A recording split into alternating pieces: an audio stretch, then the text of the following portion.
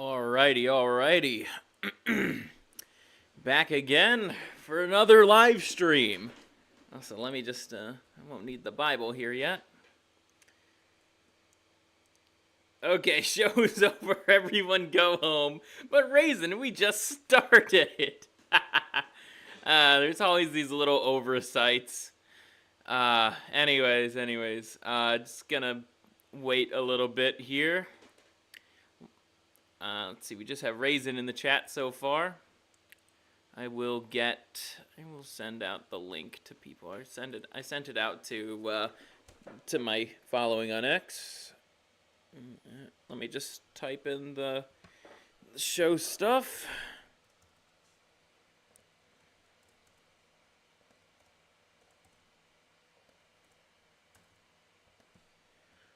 He is alive. Let me just get that out here.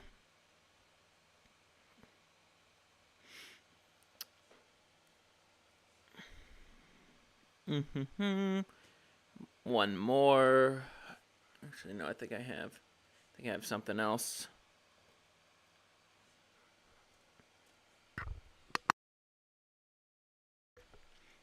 Alrighty. Tonight is all about Doom Orange Hours. It's basically my version of Synthetic Man's Doomer Hour. So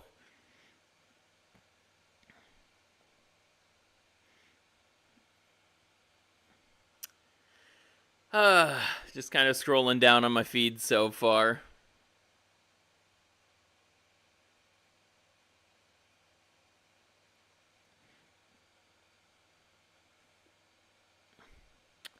Man. So expect Scurvy being a bit more real than usual. Scurvy, were you busy looking at the femboy feed? No, I wasn't, Hanok. No, I wasn't. Oh, jeez, So I follow this account on X called APAC Tracker, and it describes like just how compromised our government is.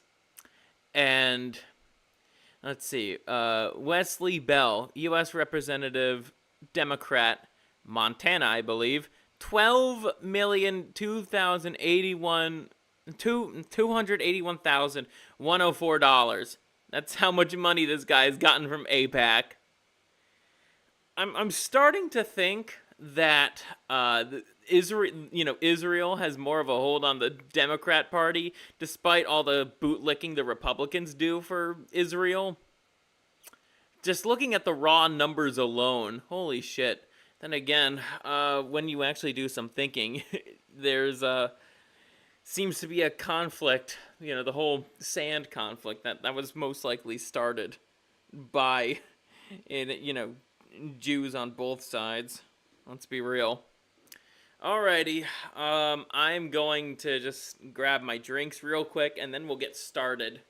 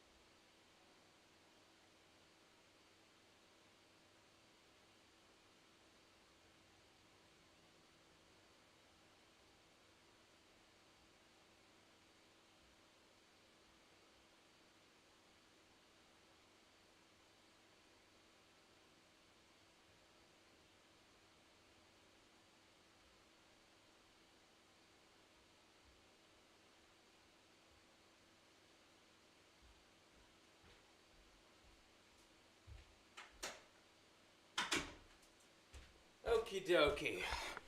Scurvy is back. David Smith at Scurvy. Hope all is well. I guess.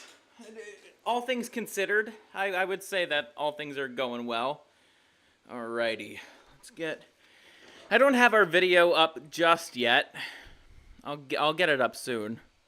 Damn it, Henok.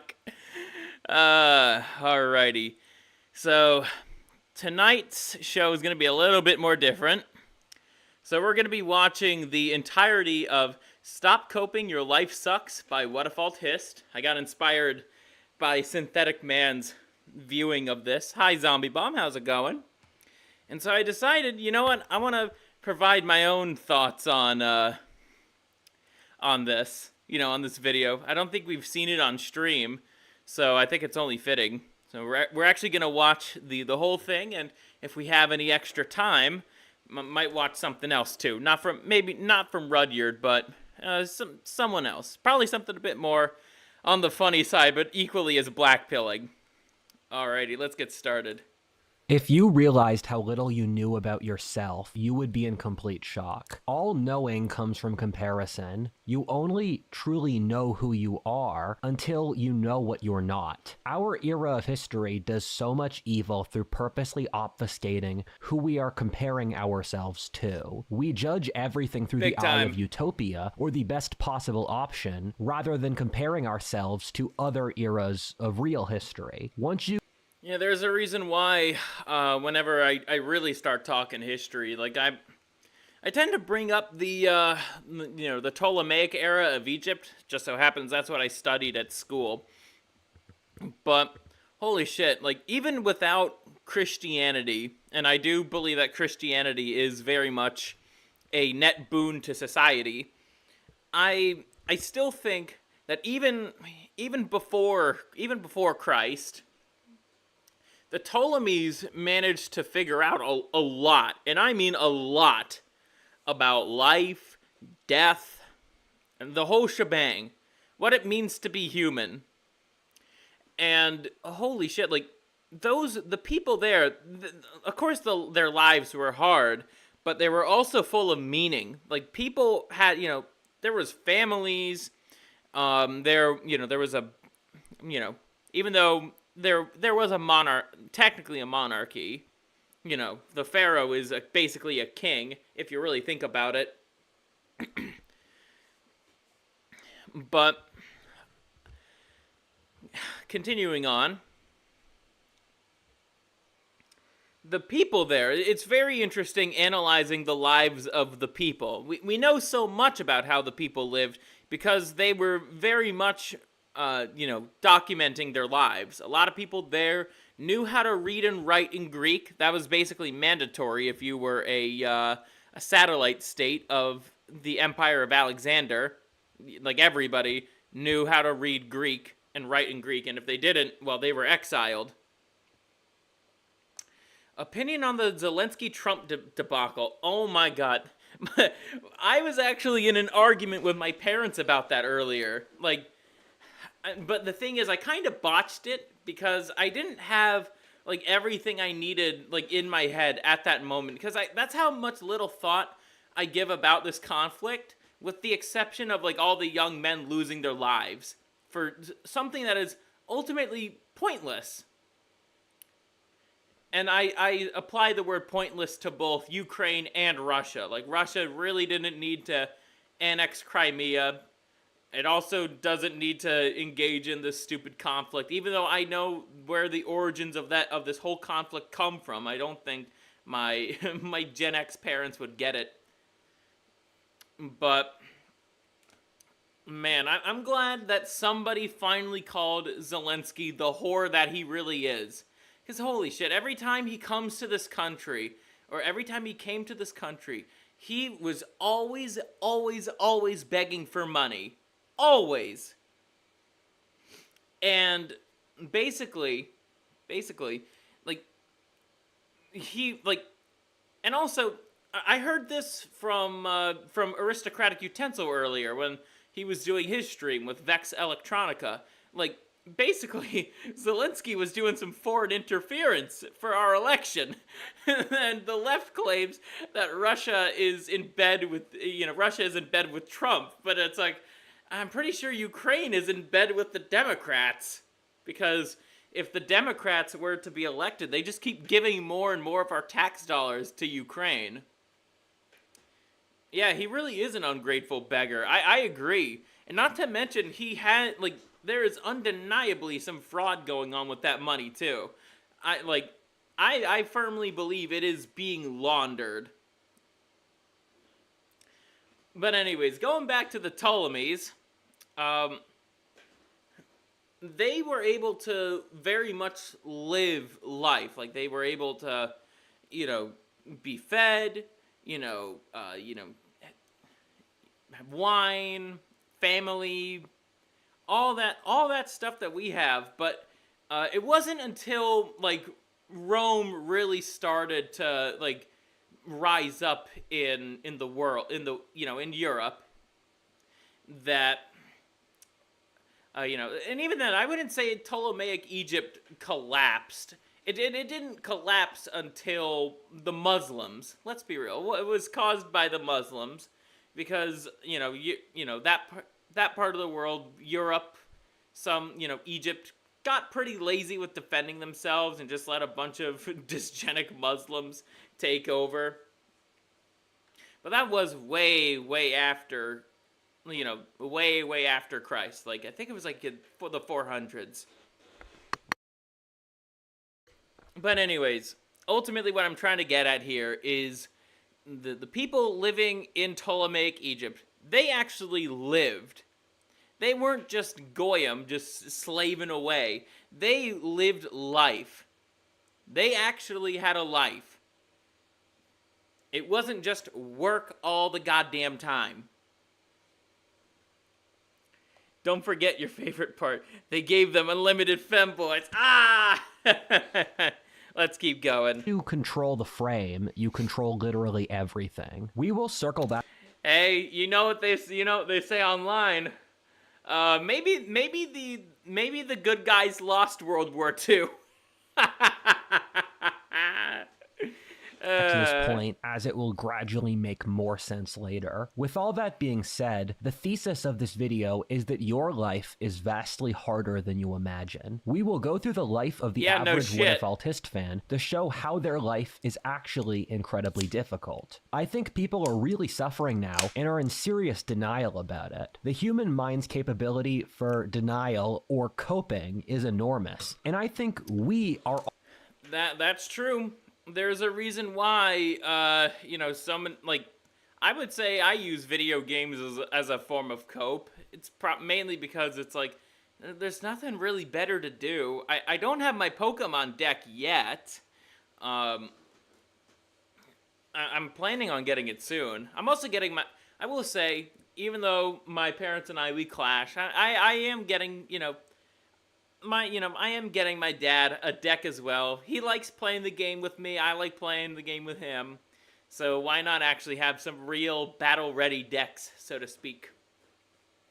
But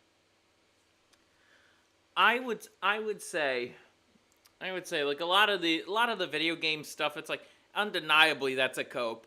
Like I do play, like, for me, when I just open up Hearthstone, it's like I'm just trying to fill up my time with something. Like, I have nothing else to do. I don't want to do my schoolwork. So I just kind of fill up my time with just playing Hearthstone or Hearthstone Battlegrounds. Really, in terms of gaming that I'm not coping, I would say, like, that's when I'm playing something other than Hearthstone. Right now, that game of choice is Doom 2016 on my Switch. I don't have much space on my computer currently, but yeah, so generally I've just been playing the same game over and over again. Raisin, you're getting some chicken nuggies? Sounds good. We cope in different ways. Gaming is one of the best ones. Absolutely. It's better than some of my other coping mechanisms, so to speak. And no, I don't consider booze to be a coping mechanism. I consider it a fun enhancer, not a coping mechanism. But when I was younger, like I told you guys how Scurvy was an addict before, to like marijuana. Like that was a coping mechanism. Like I was absolutely smoking weed to cope with the fact that I couldn't figure out why nobody liked me. when I went during like my first school that I went for undergrad. Scurvy went to two schools, one for his freshman and sophomore year, and the other one for his latter 2 years. But I cannot figure out why nobody wanted to like hang around me, and I didn't cope with that very well. Like Scurvy very much had a problem. Fentanyl, raisin, come on. Fentanyl to video games. That's the best cope. We gotta ask George Droid at Negro Tech AI by Microsoft to give us that good fent, guys. Anyways, but yeah, Scurvy did have quite the drug problem, and that was not a good cope. That really wasn't, and I still suffer some of the consequences to this day because of that. I think we're more inclined to cope because we are in a time of opulence compared to most times in history. Yes, undeniably, we are living in a very opulent time in history, but also we're living in a time where everything about our society is completely fake, and that's including the people too. There's a reason why NPC is such a popular term, and it's because people like us basically, who very much have a brain and a head on their shoulders, are very much we very much do recognize patterns among people. And if we recognize, just like, okay, this person is not worth talking to, they're just spouting all the same platitudes that society basically raised them with. I wouldn't say raised, it's more like brainwashing, like especially in the realm of like feminism, especially when it comes to feminism. And we could just detect that, like, the brainwashing didn't work on us for one reason or another. For me, it's because of like just autism, and also just the fact that I was like, why does nobody like me? And I'm very grateful that my twin brother sent me that back in 2020, sent me that old Think Before You Zinc video. It's actually pretty good. Still pretty good now. But holy shit, man. Holy shit. I would also say that in terms of how everything is so fake these days, young men have no avenues to pursue virtue. Unless you're like, kind of doing what Scurvy's doing. You go into card shops or whatnot, but especially during like 2020, all the way to like 2022, late 2022, I should mention, like, we were denied so many avenues of pursuing virtue because everything was so hyper micromanaged that it's like, oh, you could not have fun. You couldn't be, you couldn't give each other bro hugs. It had to be 6 feet apart. Had to wear a stupid fucking mask. So many stupid fucking rules that ultimately didn't fucking matter. And that destroyed me when I was 20. It was only pretty recently, I'd say 2022, when I finally had the damage repaired. It's like my last 2 years of undergrad were basically denied from me until the very end of my last semester. It was honestly pretty fucking sad, all things considered. And that kind of that really did set me up for just how disappointing so many people can be, and just how let down I was by so many people around me. Like, that honestly was I wouldn't say black pilling. It was very much red pilling to see just like how just self-interested people are. Like, and I understand, survival or whatnot, but this is a kind of self-interest that no survival instinct can compare to. Man, that blue pill is one hell of a drug. I had to go through it to get through it. If sorry, I'm kind of stammering on my words here today. But anyways, let's continue with the video. All coping as individuals right now. In fact, I think we we are are the era of history which is coping the Also, I forgot to mention, like, not everyone's copes are the same, though some will overlap. Like, some people, like, I guess even Chad, like, Chad has his own copes in the form of sexual hedonism, doing the old in and out. the most ever, as I will explain later. This video will go through every aspect of an average person. I had fun playing Warzone during quarantine until I started to hear my crackhead neighbor crashing out. Hanok, was your neighbor going, "I make 100K a year, and you put the fries in the bag"? Was it World of T-shirts? Person's life, whether they're economic, social, spiritual, physical, and other aspects, to show that normal young people live terrible lives holistically. This will upend a lot of assumptions that people have built their own personal lives on, that modernity is objectively superior to every other era of history. The difference between men It's actually vastly inferior compared to many other periods of history. Even though we have so much opulence and technology, it's like, our lives are fucking empty, man. Us young guys, we're denied that opportunity. And it creates this massive demoralizing effect that it's like nobody wants to do anything other than sit in their rooms.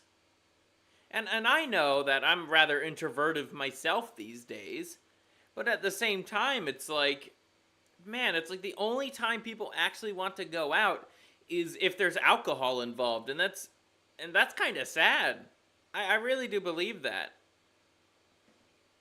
Mental stability and madness is a handful of intellectual pillars that hold up your world. What happens when those pillars have rotted through? The short answer is that our comprehension of the world and the human condition is simply not accurate. According to SAW, an acronym I invented for Studies in Ancient Wisdom, which I will explain later, is the convergence between what ancient folkways and world religions have taught across all of history, which very much converges with recent scientific studies in the 21st century, that human nature is not at all what the 20th century and what our background believes. Once you understand the true nature of human nature, the horror of what our society is doing is so astounding. Oh, yes, and Scurvy learned about the, human nature the hard way. Wasn't pretty. It's never easy for somebody on the spectrum to learn about human nature. Like, that changes you on a permanent level. It will leave you breathless. So, it's never even my skip. Check out Sponsor. That was just a Part sponsor. 1, the average Woodafaltist fan. You can also kind of apply this to the average... It doesn't even necessarily apply to Rudyard's fan base, but I would say this applies to a lot of, disenfranchised young men. Hey, that's us. Although there are some disenfranchised young women in this audience, too. Like, like Zombie Bomb. Or... I mean, I don't know how Saturn feels about that. I mean, I guess that could apply to her too. Generally speaking, disenfranchised, it's kind of a complicated word, so to speak. It means a lot of different things. Video is written like a game of Go. Go is a Chinese game that goes back at least 4,000 years, in which you try to surround an enemy force to wipe them out. It plays into Chinese military strategy, as famously championed by Sun Tzu, which prizes indirect tactics and fighting through omission as an explicit strategy. Although I don't think most of you would agree with this point initially, by gradually moving through all the intellectual bases, we can surround the argument. In fact, I think this is how all worldviews are constructed. We tend to view the creation of our worldview, in which our civilization is currently built off ideas like feminism, liberalism, science, or meritocracy, was... With the exception of science and meritocracy, feminism and liberalism. They will always doom a civilization. Always. I've gone over why that's the case for feminism. I haven't really talked much about, like, true, actual liberalism. And the problem with liberalism is that it's all about, like, individual liberty to the extreme. And even reading from, like, the 1700s about, you know, the kind of the liberal views of that time, it's like, it's naturally going to progress into, like, just what we have now. Sometimes it's gonna take a while. Other times it's only like a few decades. Was created through rationalistic scientific study, that social scientists ran rigorous tests in which they steel-manned the case and looked at all the opposing options and used the results to construct a comprehensive vision of the world. The reality is the complete opposite, in which over the course of the 20th century, our worldview, based under such assumptions... Let's take a look. So, modernists, let's get rich, communism... it's a little hard to read. Allow me. I know I'm gonna be fucking up the format a little, but I gotta read this. Hindu, fucking Hinduism.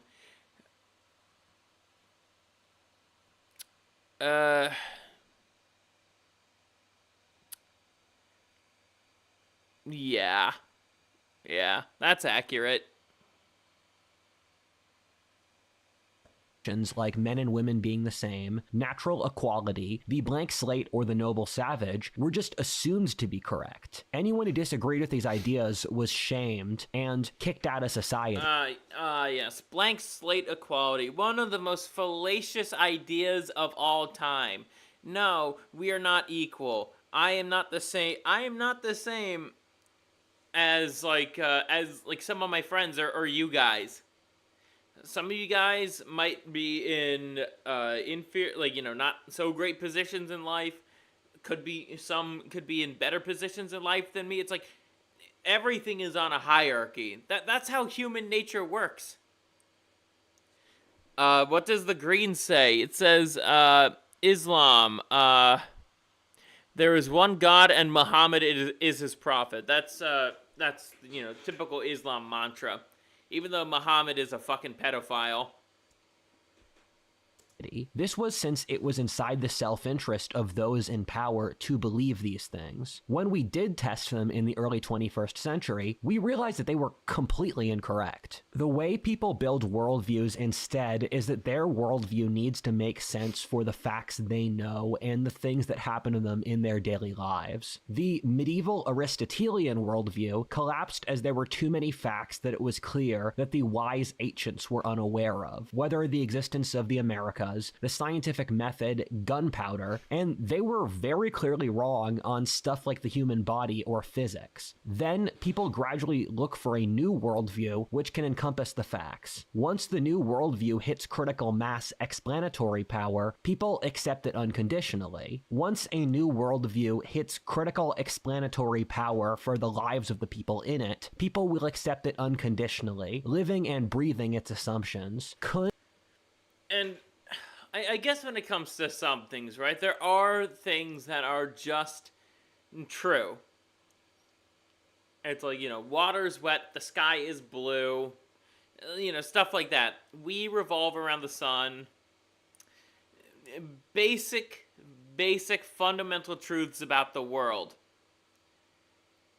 And it's basically impossible to, like, disprove them. And granted, the field of science is all about trying to disprove what was already proven, but there are some fundamental truths that just can't. Have you seen the trailer for the new Doom that's coming out? Yes, I have. I have seen Doom: The Dark Ages. It looks fun. I have my concerns, but overall, it looks fun. Invented this theory of history called paradigms. However, this process is in no way... Let's read this. How death ushers in new intellectual orders. The Black Death before the Renaissance and Reformation. Ugh, I don't like the Reformation. The 30 Years' War for the Enlightenment and Science. Oh, that's interesting. I probably should look into that more. The French Revolution and Napoleonic Wars for Industrialization and Romanticism. The World Wars for Social Justice and the Digital Revolution. Whatever crisis is going to happen now. Yeah, the fulfillment crisis. That's what I'm dubbing this as. The fulfillment crisis. Too many people, both men and women, just aren't able to truly feel fulfilled in their lives because they were constantly fucking lied to when they were kids, and only a few people, let's be real, only a few people actually know what's going on, and whenever those people try to speak out on it, they get basically digitally crucified. Rational. Normally, it's accompanied by bloody wars in which the new order kills off the old. Even with irrefutable... Honestly, I hope whatever new order rises from this bullshit absolutely destroys whatever, this hell that we're currently living in. Evidence. The old generations die with the old ideas. As the saying goes, science advances one grave at a time. The old order gradually dies as there are too many examples of the theory not working. Like a game of Go, you gradually surround the old paradigm, with the final execution being a quiet moment, after which the theory is discredited over a long period of time, losing its vitality. The central koan, which is a concept from Zen Buddhism for a question that pondering will result in you getting the answer for this video. Yeah, that could be World War III. I don't want it to be World War III. I kind of hope it's something more internal. Rather than, the government just sending a bunch of young men to die for Israel. Nah, I don't want that to happen. Or Ukraine. But let's be real. Ukraine... kind of the plan for Ukraine is basically for it to be kind of a puppet state for Israel. Why do you think Zelensky is in there? And Zelensky is a Jew. He was originally from Israel. So take that what you will. How is the 21st century West the wealthiest, safest, most hygienic, peaceful, best? We need a hard reset. I think that hard reset could be... I don't think it has to be nuclear annihilation, man. I don't think that's the case. I think it could just be... Once again, I think it's going to be something internal. Like, something major is going to happen within our border. And I say our border as in the U.S. border. So our country. That's another way of putting it. Fed and best educated society in world history, but its inhabitants score the worst on mental wellness tests of, again, anyone in history. The society itself suffers crippling depression, anxiety, ADHD, suicide, and other mental conditions you could possibly list. Oh boy. Yeah, at one point in Scurvy's life, I was very much suicidal. It was not pleasant. It really wasn't. And it largely had to do with the fact that I feel like, reflecting on it now, I think it had to do with the fact that it's like, I was supposed to reach certain milestones in life that just didn't happen yet. And still haven't happened. But I've learned that, it's not a good idea to end it. It's really not. But I have a feeling, like, at the time, if, I don't know, if my parents had, like, a gun or something, I'd be really, really, really, really contemplating it. I probably wouldn't do it, but I would really contemplate it, because that time, like, I really, really wasn't in a good place. I'm in a much better place now, and I'm glad I didn't do it. And I have a feeling every time, like, looking back on that now, every time I wanted to do it, and I was pretty damn close a few times. I have a feeling, like, it felt like it wasn't just my will to live. I think it was something divine that prevented that from happening. And my dumbass is only realizing that now in in 2025. So there's something. There's something. You've been there before too, Raisin.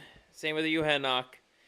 Wow. Hey, I'm glad I'm not alone on that matter. At least among chat. Yeah, life as a young man in modernity really isn't easy, and nobody ever told. It wasn't until 2020, really 2021, where I finally felt some form of heckin' validation, as the Redditors would say, on why everything fucking sucks. Like, if the people suck, the just it largely has to do with the people. Just life in general, with the exception of playing World of Warcraft for many hours at a time, or playing Super Mario 3D World and Bowser's Fury on the Switch. Yeah. You're angry and depressed 24/7 until you find a way to channel it. Absolutely, dude. Absolutely.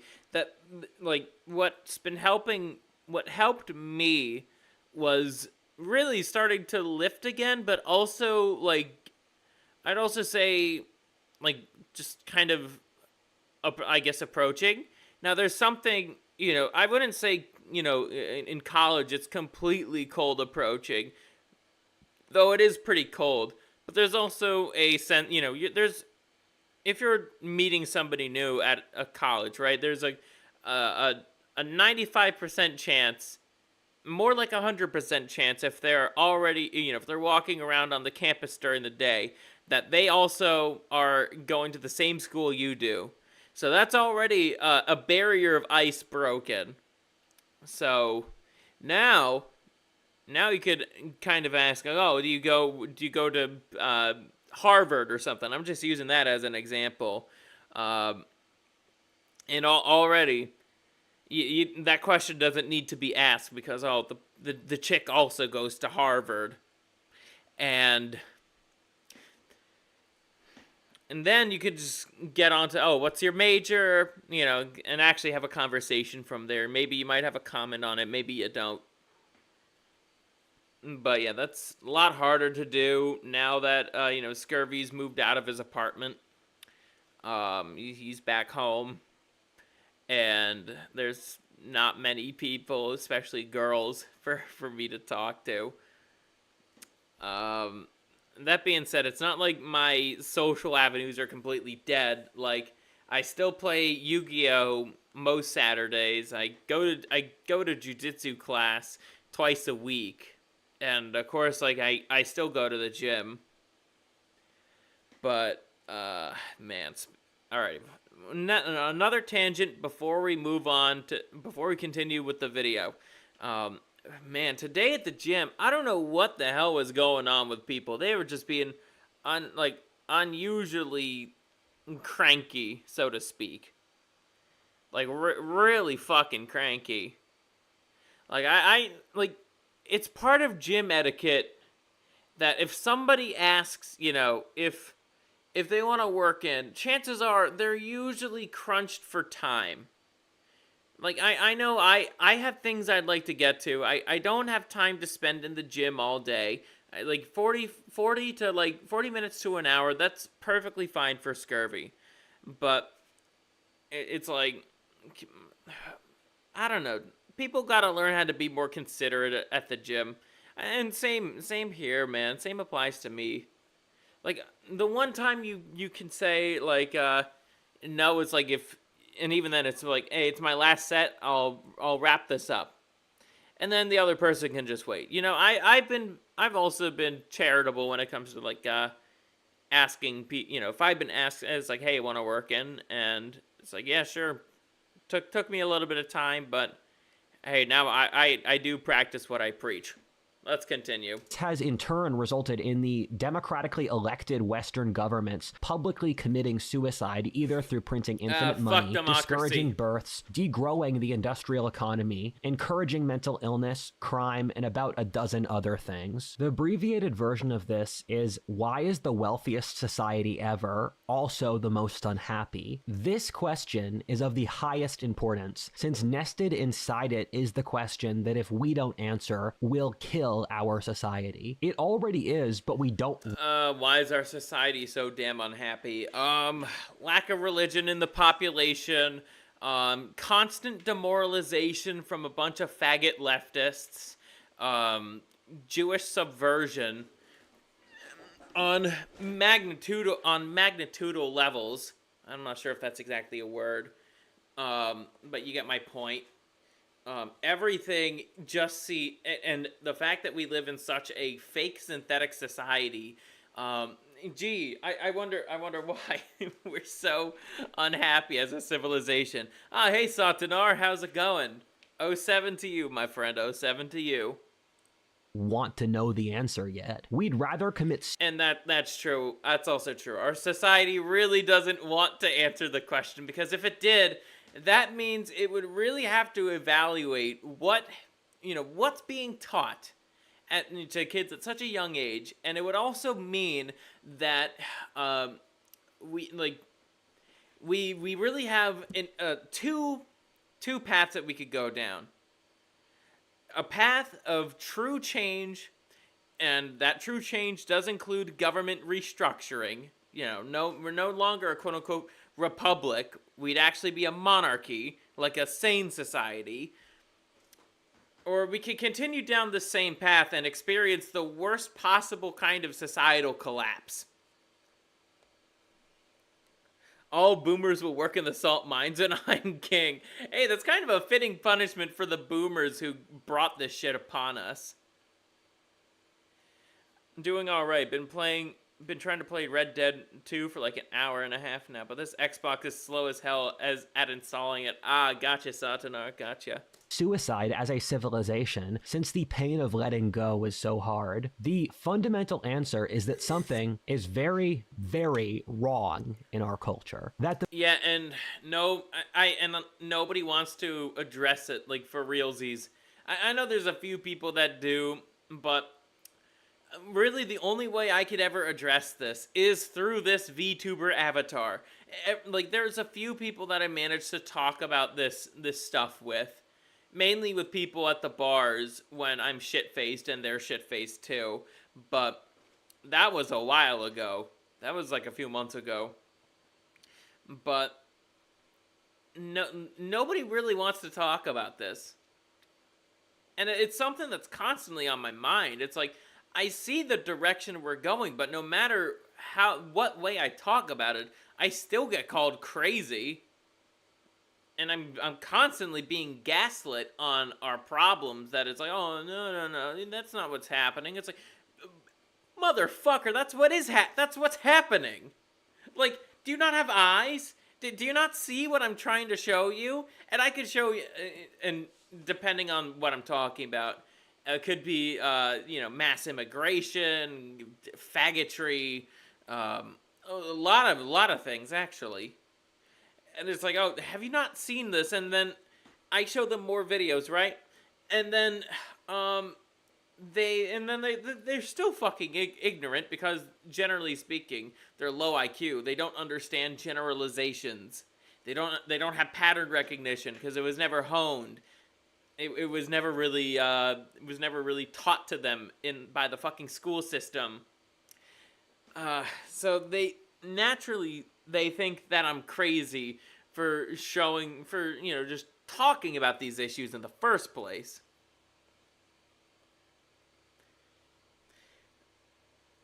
The materialistic assumptions which underlie every thought in our culture are just wrong. Man is not nourished by wealth, but by love in his soul.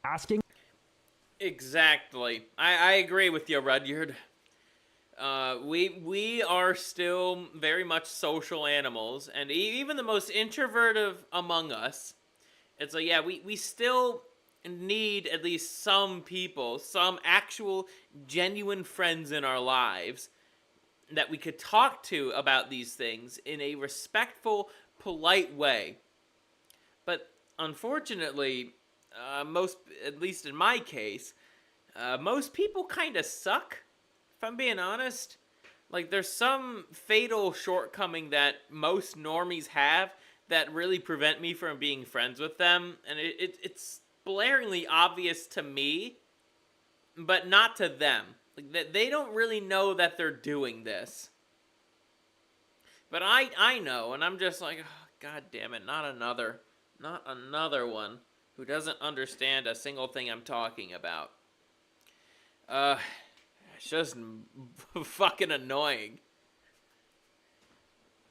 This question. I especially feel that way when I, like, you know, I meet a girl who I think is cute, and then suddenly I see a tattoo, and my mind is just like, oh my fucking god. Or I see a more subtle nose ring, and I'm just like, god damn it, not another NPC. She was kind of cute too. But then I'm just like, oh, just... That's typically when I go into autopilot, just to kind of deal with the interaction. And then if I, you know, I think that's probably another reason why I was able to just pound through drinks, is just because so many people that I met were so goddamn boring. There were a few interesting people I met. I still keep in touch with them every now and then. But still, that was the majority of the time of meeting people during, like, my first year of grad school when I was on my own. Is the only fighting chance our people have for survival. To start this story, let's look at the life of the average Woodafaltist fan. We'll look at every single aspect of their lives to gradually see what is wrong with the world today. This person is of course imaginary, but there's often greater truth in an imaginary symbol than in the real world, given the symbol can elegantly encompass truths far more complex than anything else. Also, having met hundreds of people in this audience, the Woodafaltist audience is holistically better off than the general public. And I say this because I'd say I would also agree with that too. I will say this. I'm very much happy. Like, it's more of a fulfillment sense. You know, the Greek word eudaimonia. In the sense that I'm happy knowing the truth of things. That things suck, and that provides me with ways to at least subside, you know, deal with it, or at least subside those feelings for a bit. It's true, not to flatter you folks, but the Woodafaltist audience is more psychologically stable, intelligent, educated, wealthy, and driven than the general public. If anything, this is a pretty generous look at the modern world and life today. About 95% of this audience is male, so our character is a man by definition, and a majority of this audience is American. Thus, our character will also be an American. Having met them, it's obvious that this audience is predominantly white, so he'll be America's most... Shit! Damn, Rudyard, you's talking about the white people. Racism aside, it's like, holy shit. Just the fact that the majority population is treated like such shit, while you know, literal criminals, and once again, I know not all black people are criminals. I know. My two best friends are black. I have to put that out there in case any leftist tries to take anything out of context. But it's like, holy shit. They understand how bad things are. Especially within their own community. That's why they want to be away from other black people.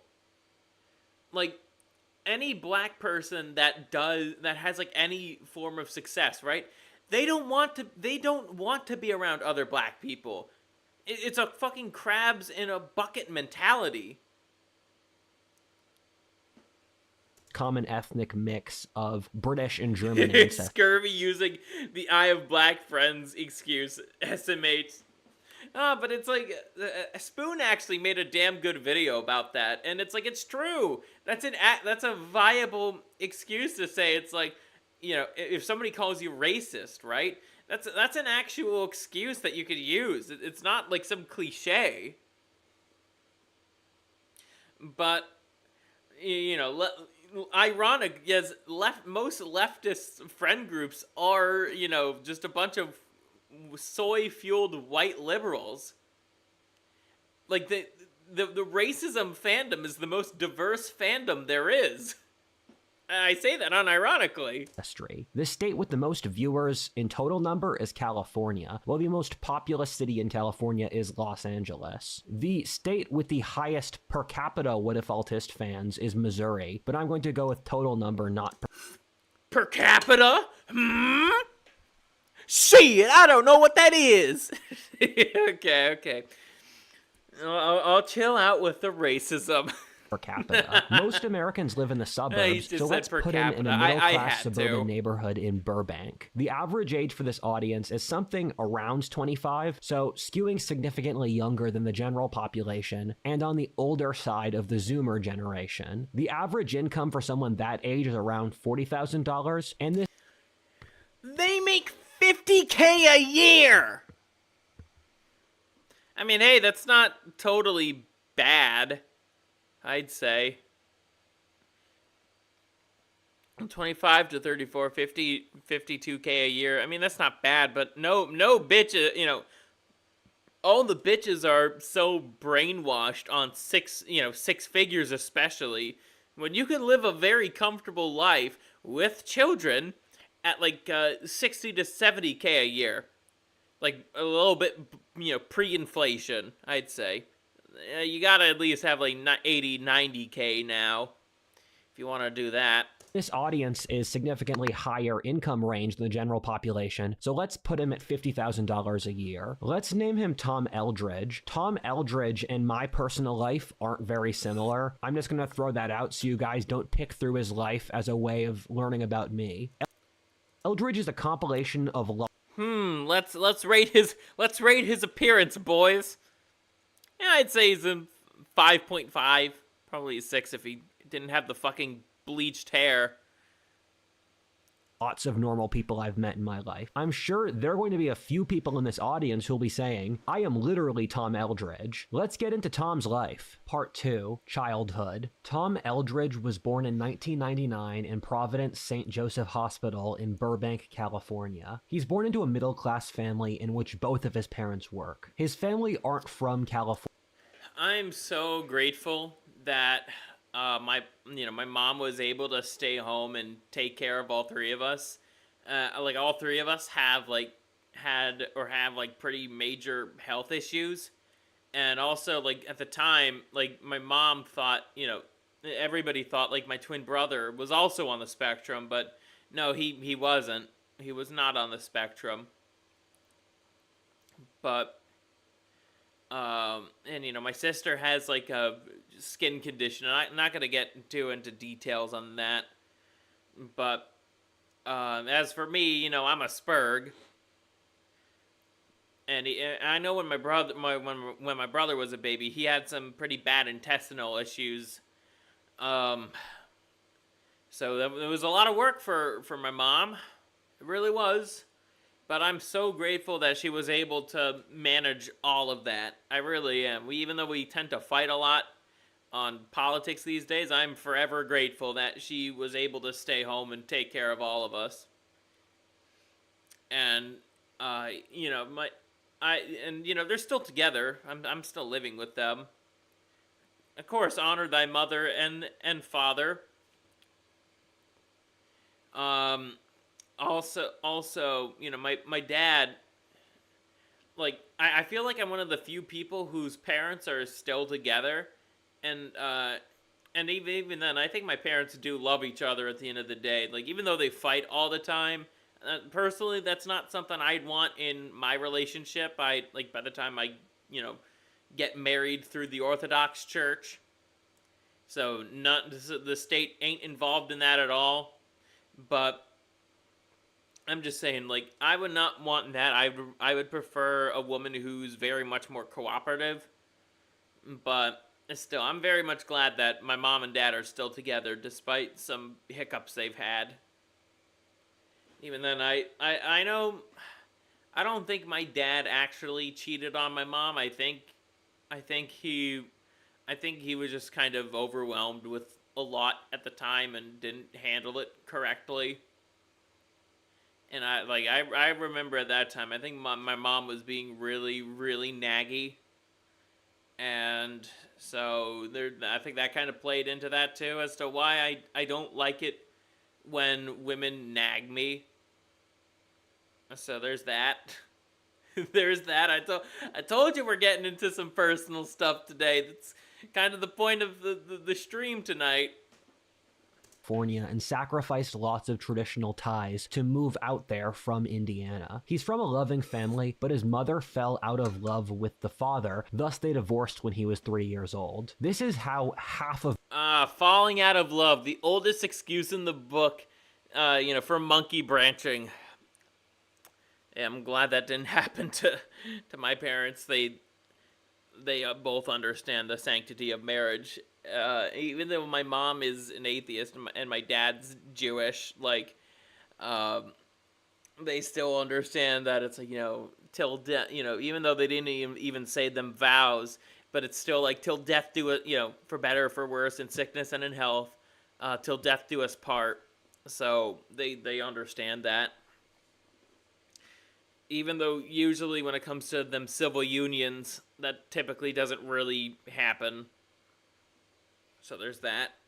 Of marriages ends today, skewing older towards his Gen X parents. The father did nothing wrong. Also, I'm glad Scurvy was raised Catholic and was baptized Catholic. Though I do plan on getting baptized as Orthodox soon. I just gotta stop being so fucking lazy and give the church a call. But as the protocol goes in these divorces, his mother got custody. His father became dissatisfied, leaving Los Angeles for Arizona. His mother raised him by herself. Eldridge has one sister who became a hyper-leftist, as was normal for girls in her demographic. What the hell is this?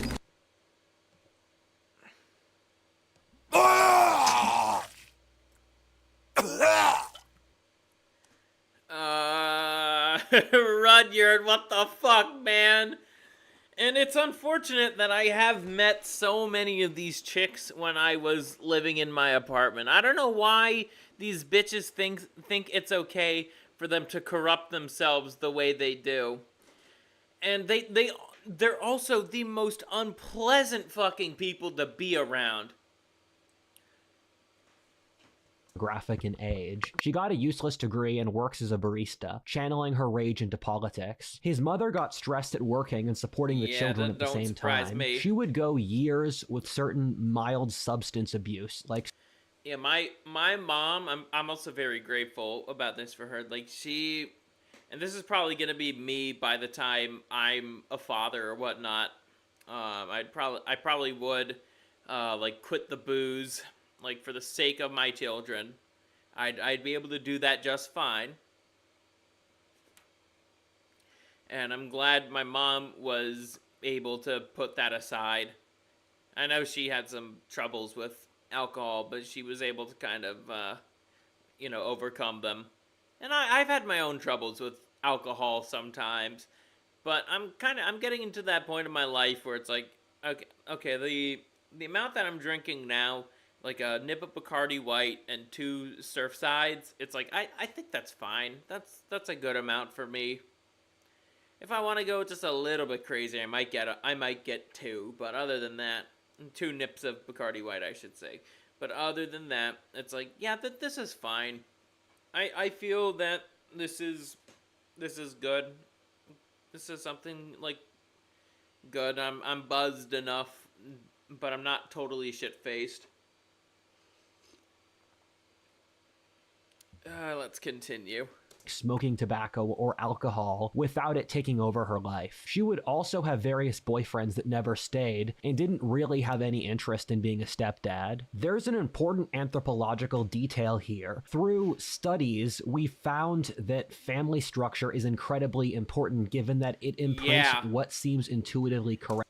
Yeah, and the amount of people that I remember hearing about, if I can to the best of my ability, it's just like like their dad just ain't in the picture.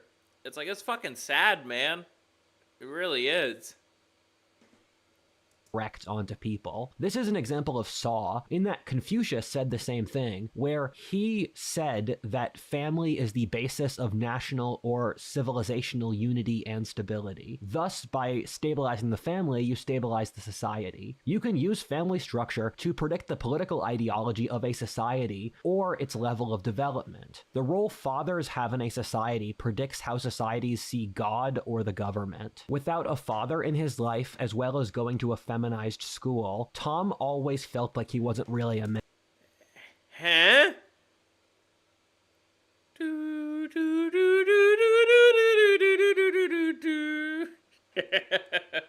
That fucking star. Why is that there? Why the hell is that there? Man. His mother loved him, but would get stressed over minor stuff. Oh no! Rudyard, what the hell? What the hell, Rudyard? Come on! I see the small hat. You gotta use some better stock footage there, my friend. Understand his desire to be great or change the world, and would periodically. Also, hold on. I will be right back. Give me like a minute or two, and then we'll continue.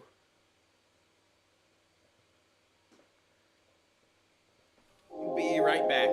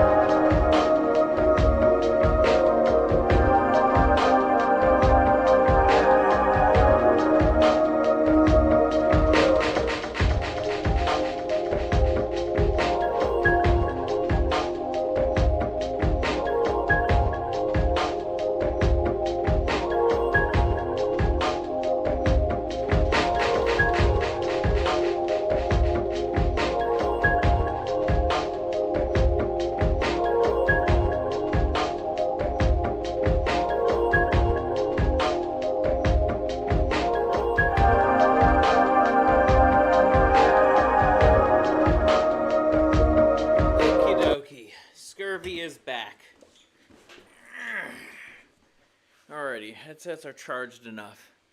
I could actually start moving around again. Alrighty, let's get back. Probably gonna let the video play out for a little bit, just so Rudyard can make his points.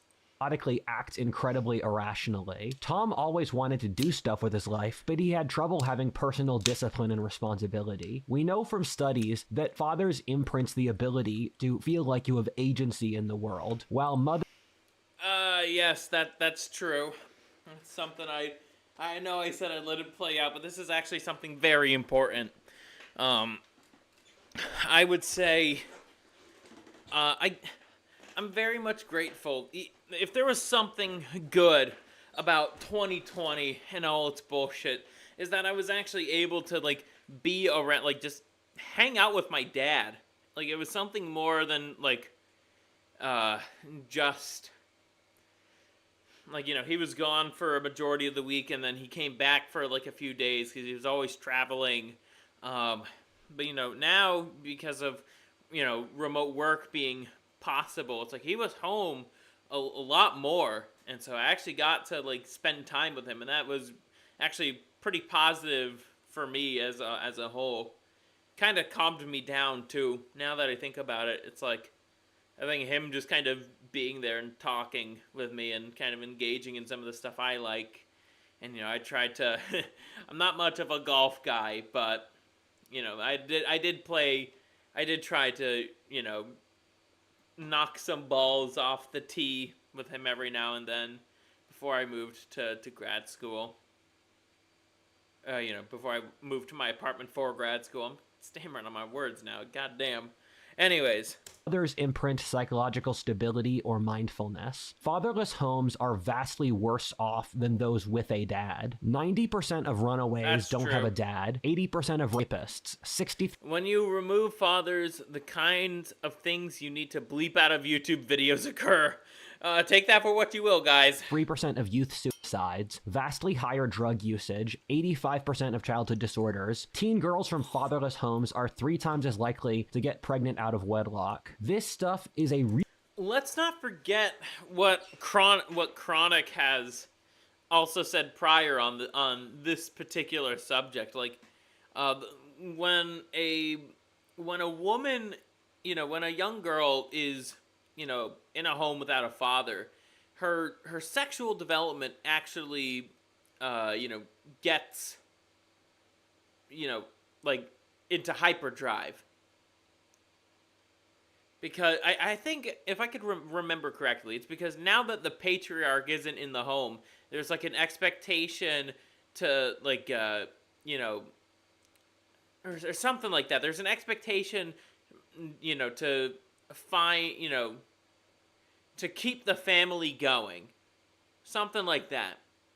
And that's a big reason why, you know, daughters from fatherless homes tend to be way more promiscuous than, you know, than women who had a dad in their life. really big deal, and I can't understate yes. it. The horrible thing is that nearly half of American children live in a fatherless home, and for certain ethnic or racial groups, this gets up to 3/4 of the population, making this a national epidemic, and this is happening at the worst rates ever in human history now. In leaving Indiana, Tom's family is isolated. His mother is incredibly stressed that she has to support her children while working a full-time job with little support. She has 2 girlfriends that she sees once a month where they have a wine night, but neither are the kind of people that she can really expect to reliably support her in the hard times of her life. She went Oh boy. You know, there's a reason why I tell guys, and this is something I try to do too, is, you know, vet her chick friends. Vet her friends. That's very much important. If, you know, if the majority of her friends are a bunch of sluts, there's a good chance she's also a slut as well. Birds of a feather flock together. through a depressive episode after Tom left that she didn't tell anyone about until a year later. Keep in mind, Saw has consistently shown that interpersonal relationships are the most important driving variable for happiness. Due to the stress of this, his mother would periodically collapse into hysteria when she became too stressed. She would be obsessed with completely inane details. She was a borderline helicopter parent, but not nearly the worst. Hey, Applied Virtue, how's it going? Go check, guys, just a quick shout out for Applied Virtue. He makes pretty damn good videos. So go take, here, want me to provide a link to your channel? Because I'm not sure if Gray Names can put links. I'll let you respond before I do anything. But yeah, he makes pretty good videos on matters of pop culture and religion. Pretty good stuff from a Catholic perspective. I remember growing up with a helicopter mom myself. She was a great woman, but she was definitely over the top. I honestly, I feel as you know, I do love my mama as well, but I think there were some things that, you know, and she even said it herself a few days ago. It's like maybe I should have let you experience a little bit more. But it was like, hey, I get why she didn't. She wanted to keep her Spurg child out of trouble, and it's probably for the best. Alrighty, give me a second. I'll give the audience a chance to subscribe to you. Let's see. So, let's see. Alrighty. So, guys, gonna give a shout out to Applied Virtue here. Makes pretty good stuff. So go take a look. Give him a sub. And let's get back to the video, shall we? I had to give you a shout out, my friend. You always keep me up to date on your uploads on X.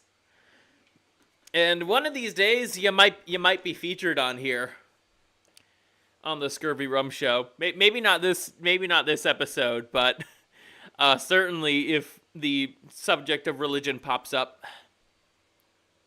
That Tom knew, especially growing up in suburban California. His mother, and if it's the focus of the episode or something.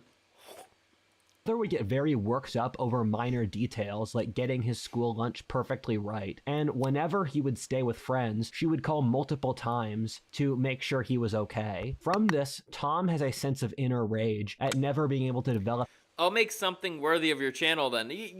I remember your Goonergate video. That was damn good. Fine work, my friend. Fine work. His masculinity by doing brave stuff as a child. As an adult, he feels like he has potential which was never tapped. Keep in mind, I'm 2 years younger than Tom. The stories I have about helicopter parenting are absolutely horrifying. My parents were on the other side of the spectrum, where they let me do whatever I wanted, not really out of any principle, mind you, they just didn't care. However, growing up, I knew parents who wouldn't let their kids get out of their sight until age 18, who would walk their kids 4 blocks to school, or wouldn't let them spend their own money until the end of high school, who would move to the state their children went to college in. Hell, I remember early on in my childhood where, my parents would, or my mom, I should say, she would pick us up from school, drive halfway to home, and then we'd basically walk the rest of the way there. It was interesting. It was interesting, I'd say. I have a feeling it did develop something, a positive trait within me that sometimes you gotta be patient, and sometimes you have to do things you don't necessarily want to do. That's something I've always had a problem with, but it's not as bad as when I was like 9. Man, Scurvy was one angry kid when he was 9, and no thanks to the medication I was on, which haven't been on for many, many, many years, and I thank God for that. To follow them there, who would read all their texts, not let them play outside, or leave the house, or even do stuff like play violent video games, or study war. Oh man, I remember getting into like Team Fortress 2 when I was 12, right? Unfortunately, game's going on some hard times, but still, when I was 12, I was getting into the game like at its peak. I was playing Team Fortress 2 in its prime. And my mom had some problems with it. Even though Team Fortress 2 was also like pretty popular, it was kind of a little thing in our neighborhood street. It's like only a few of us were playing, but we were very much enthusiastic about it. And it really was something like back when it was in its prime, it really was something special. To me it was more than just like a violent video game. Like it was something where it was like a virtual home. Aside from like Minecraft, like Team Fortress 2 was like I was bouncing between Minecraft and Team Fortress 2. And I stopped playing like for good by the time like Meet Your Match came out, and I thought it was like this is all right, but then it's like okay, noticed the flaws with it, and I just stopped playing. What does this rant of Team Fortress 2 have to do with the video? Um, it's like it shows that it's like okay, you understand the lines of what's real and what's not. Like obviously, Team Fortress 2 is a video game, and it took my mom a little bit of time to understand that, but she eventually got it. And then eventually, as like I did find another virtual home in the form of World of Warcraft. It was a really damn good one too. And that's actually what my recent video is on too. How Blizzard could draw me back into the game. Let's continue with this. I think this is legitimately evil. That's since the parents, through helicopter parenting, are robbing their children of agency. Children use their childhoods in order to play, to figure out the world, to test themselves socially, to go on adventures, to learn their boundaries. This is why... Hell, I was allowed to go out into the woods, not completely alone, and certainly not at night, but I still made some adventures, just going into the local forest. It was like a walk. It was like a few steps away from my house when I was a kid.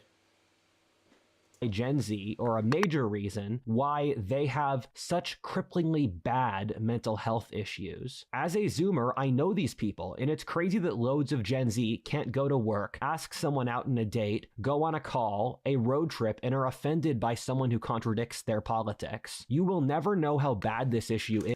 Don't even get me started on trying to ask people out on a date. Holy shit, people are just so, like, people think I have walls. Like, no.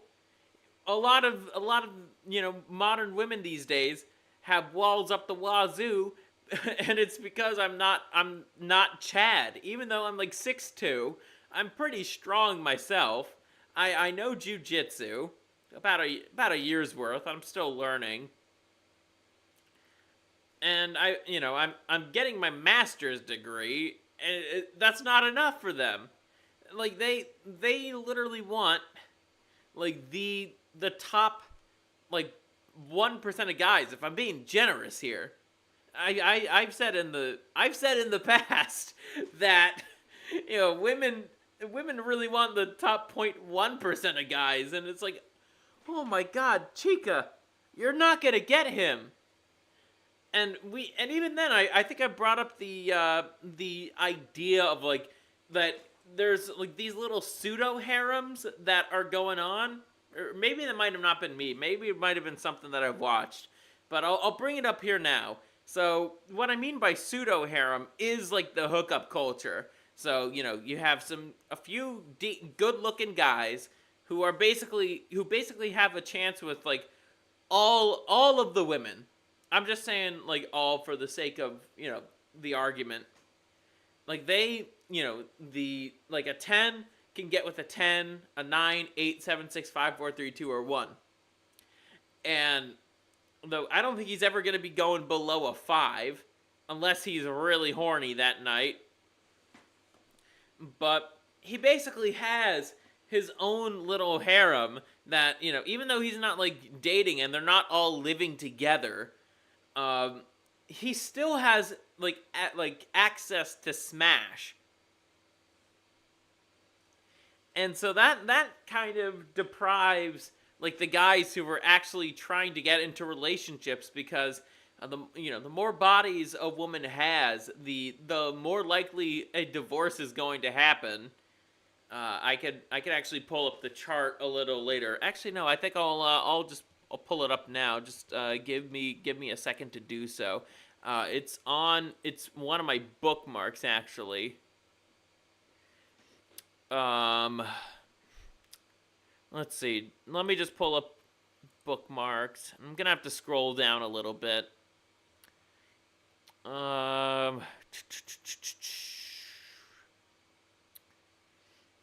I find the image. once again, it's gonna take a little. Okay, found it. Let me just pull that up. Get that in a new tab. Go here. Window capture. Yep. Here's the chart. We'll zoom it in because it's a little small. So, figure 1, the chances of divorce after 5 years of marriage by marriage cohort and number of premarital sexual partners. So, the chances of divorce if somebody is, in the year 2000, if somebody, the chance of divorce if they are a virgin and they're married by the time, and they're still virgins. They're still a virgin after the wedding night, and they're married. Both partners are married. But this is primarily for women. And the likelihood of divorce, if you marry her and she had one partner, it goes from 5% to 21%. Or roughly 21%. And then the number with more and more sexual partners, there's a little dip between 3, 4, and 5, and it starts to go up again to 6 and from 6 to 9, and then the more and more partners that she has, like the chances of divorce goes up and up and up and up. This is why I've said in the past that if you get married to somebody who is a virgin, like, you're still playing Russian roulette, but there's a chance that, this is if you get legally married. If you're getting married solely through the church, and both you guys are both virgins, or at the very least she's a virgin, it's like the chances of divorce and are going to be much harder, because the divorce process, if you get married solely through the church, is infinitely harder compared to what the state does. I'd say, rightfully so. But the reason why we say no hymen, no diamond largely has to do with the fact that this is, we don't want our chances of divorce to jump up to 21%. We don't fucking want that. All right? It's really that simple. And I'm glad that I have this image on me now. But anyways, let's get back to the video. I don't want to take too much time. Is until you see it up front. I think this is an issue on the proportion of a national calamity that no one talks about. When I was growing up, it became taboo to let kids play outside unchaperoned. For older people, wandering around town by bike, hanging out with friends whenever they wanted, and exploring was just seen as totally normal. My baby boomer father would just wander around town all day as a child. My parents let me do this as a teenager, where I would bike 20 miles a day alone, but they were the exception. Yeah, I had a little bit more freedom when I was a teenager, but can you guys guess how I spent that free time? Actually, no, you guys probably know. I'll just say it anyways. I was spending that time in Azeroth, my favorite virtual world at the time. And I spent a lot of time in World of Warcraft especially like junior year of high school. Because that's when the Legion expansion was still going on, and it was still really good. It was still really good. Legion, I love Legion. I love it as much as I love Shadowlands, which is very high praise.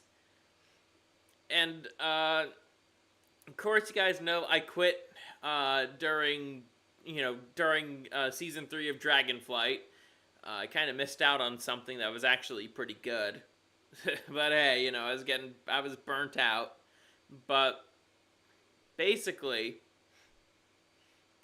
I spent a lot of time in World of Warcraft, and for good reason. I think it was a pretty good escape from just everything. I wasn't really all that well liked in high school either, so there was that.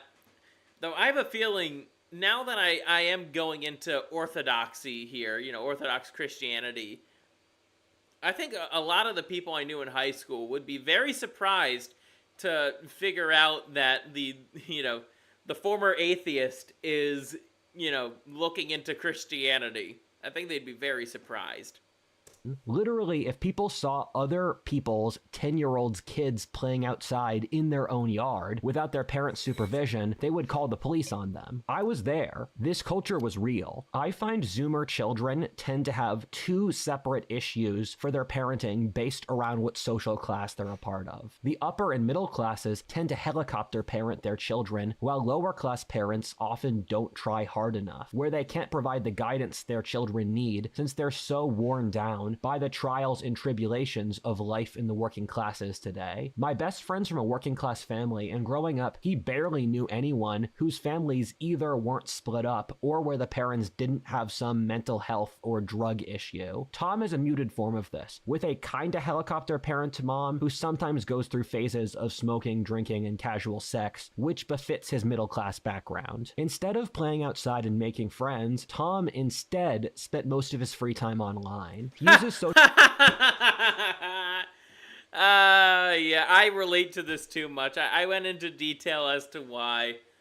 But yeah, it's like, I'm kind of glad I caught up on a lot of the anime that I wanted to watch for a long time after quitting WoW. That's basically what I did in 2024, was like, do my schoolwork, and by the time I got the snails, take care of the snails, go out, and watch anime. And if I wasn't watching anime, I was playing a game that I wanted to really play for a while, like Devil May Cry 5 or Gungrave Gore. Or, I was going to play Nier Automata, but that didn't really happen. I don't have enough space on my computer for the game now. Anyways, or Shin Megami Tensei 5 Vengeance. That game is amazing, but man, I still spend a lot of time online. But it's like, hey, I really don't have anything else to do aside from schoolwork, and it's pretty piss easy. So I could very much delay when I do it. But I have a feeling that's not going to be for much longer. But I just gotta wait for the when. Social media sparingly, but his sister is completely obsessed. Keeping up with her leftist friends on Instagram has turned her completely insane. Her entire life has been consumed by leftist ideas and jargon. She and Tom drifted apart as teenagers due to this. Tom started watching porn at age 13. He went through a phase of being addicted as a teenager. He feels guilt about this, but doesn't have any opportunities for real sex, so it's a lifeline he uses to stay sane. That's all Tom is doing is let's see, where the oh wait, wrong one. But us. That's all he's doing is going. But us. And fucking jokes aside, I'm glad I never found pornography to be like that arousing. I know there was like, I think it was like when I was like 16, there was like a period where I was, and then I just stopped. I was like, I never really found it to be that arousing to the point where I was like I never did that, so to speak. But it was just like, oh, so that's how that works. That's what sex looks like. That's how Scurvy basically watched that when I was younger. Not trying to like get off to it. It was just like, okay, that's how that works. But yeah, that shit is fucking poison. Pornography is fucking poison on like to the mind. And it really does create a lot of problems, and we're seeing the consequences of that. Thank you, Jews. And I think we'd be a lot better as a society without it, and then that's another reason why I just want to get rid of it. It needs to go. It needs to go. And if it goes away tonight, I would be so fucking happy. That means we could actually, fix the dating problems in this country. There'd be a revolution overnight. Due to spending so much time online, his social life was never particularly good. He made a couple good friends in high school, but they drifted apart after he graduated. They started working different jobs, and the thing that kept them close was the shared school environment. He plays video games on Discord with them once a week. He feels insecure about his social abilities, and he knows he's not a weird Damn, this guy's only just playing Fortnite? Nah, he should play a real shooter like Quake Champions. This is a nice little segue. When Scurvy really got into Doom when I was like 17, I had my Nintendo Switch and they had a port for it. I got Doom. I actually got Doom 2016 because of the Parkland shooting. And I was like, I wanna send a message that it's like, they're gonna be blaming video games again. And I want to tell them, and I wanted to tell my peers, it's like, I played the new Doom. It's very violent, but honestly, I find Doom 2016 to be very relaxing, because it's a way you could actually, that it's actually a pretty good outlet for your anger. Violent video games. Ah, man, that's kind of nice looking back on it. And that influenced my taste in shooters to this day, was playing Doom. It was and even then I played Doom 2016 at on my uncle's gaming rig. It was like during my grandpa's funeral. And I was blown away. I really was blown away with just like, oh my god, I'm playing, this is a really good game. And I'm so happy it came out on the Switch. I stopped playing video games in college. Haven't picked it up since. Well, I mean, to each their own. To each their own. Honestly, when it comes to video games, I know that if I do get back into World of Warcraft, if Midnight is particularly good in the beta, I would just play as a solo player, and that would take up a lot less time. Rexus, how we doing? What are we talking about? This is Doom Orange Hours. So I'm basically, it's kind of inspired by Synthetic Man's Doomer Hour, and it seems like I'm kind of glad it's not just about me. It's about chat as well. So if you have something you relate to here, feel free to say it. I'm not gonna judge you or anything for it. Synthetic Man's Doomer Hour. Yeah, so we watched a little bit of Doomer Hour last week on stream.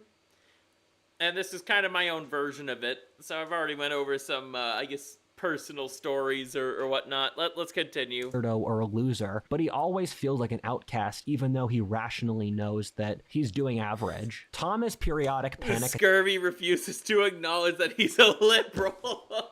right. The far-right monarchist acknowledging that he's a liberal. That's hilarious, huh? Attacks, which just hit him when he's not aware. For about a couple hours, he just feels complete panic and is unable to do things. He feels anxiety about random stuff in his life, like making his own choices, interacting socially, or even little stuff like what to eat for dinner or what to watch on Netflix. He's aware that he has anxiety issues, and he feels like less of a man for having them, but he doesn't know how to deal with it. He's gone to a therapist. I'm in a pretty happy mood. Sadly, my 18th birthday happened 3 days ago, and I got the 5 issues of Berserk. Hey, that's great. Happy belated birthday, man. Just once, but the therapist seemed completely out of touch with his needs, and she didn't seem to actually understand the issue and just told him platitudes. Okay, gotta pause again, because now we're talking about therapy. So, best therapist I've ever had. I might have talked about him before, but he was like a older white guy. He was, and also has experience with working with people on the spectrum like myself, adults on the spectrum. And basically, he was actually able to kind of understand where I'm coming from. compared to some of the other therapists I had. Now, I feel like I'm abnormally lucky because, like, throughout the course of my life, it's like I had 3 therapists. Two were male, 1 was female. I really do think if you're a guy and you need to go to therapy, find a male therapist. An old white male therapist. Those are usually the best. And they'll actually be able to work through your problems. They don't expect you to be a customer for life, basically. Like some chick does. Oh no, Scurvy was a my feelings are valid kid. When Tom was going to school, the pressure to get into college was hitting a fever pitch. As a person who lived through it, this was an insane moment that I've never seen adults really talk about seriously. When I was in elementary school, teachers and parents were talking about college. They shortened recess to only 25 minutes to put more time in for classes. Every single decision for a child's life when I was growing up was somehow about college. It was an unhealthy obsession. This was due to rising competition due to inequality and labor oversupply, which I have covered in basically all my other videos, thus forcing people to push harder for fewer slots. Tom's mom cared more about this than he did. She would push him to get good grades, but didn't have the time, money, or skills to actually help him that much with this goal. Thus, I will say, when it came to college, it's only really now that I figured out what I want to do with my life. It only took about... let's see, so we went from 2018, 19, 20, 21, 22, I didn't do anything for 23, well, I did work, and then 24, almost 8 years, it took me almost 8 years to figure out what I want to fucking do with my life, but hey, for grad school, that is a place where you can figure that out, so, there's that. Scurvy believes in the equality of opportunities and outcomes. No, I don't.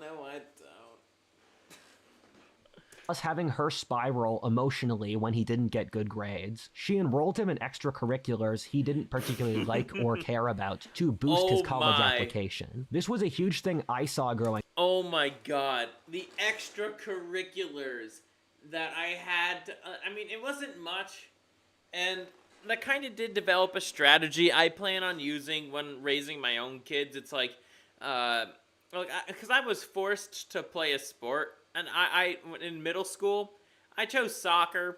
Ironic, that's the image in the video, and I did have a fun time. It's just I didn't want I guess I didn't want to be forced to do it. But I know for my own kids, by the time I have them, when they come of age, 13. It's like, for my sons, it's like, okay, you have a few choices. Either you play a sport, you learn or continue your martial arts training, and you're gonna lift. So yeah, you have a choice. And if you just want to do weightlifting, if that doesn't interest you, that's fine. But if you're gonna be doing a sport, you might as well learn how to lift weights. It will help you improve at the game. But yeah, that's my plan, and I guess it kind of worked out at the end.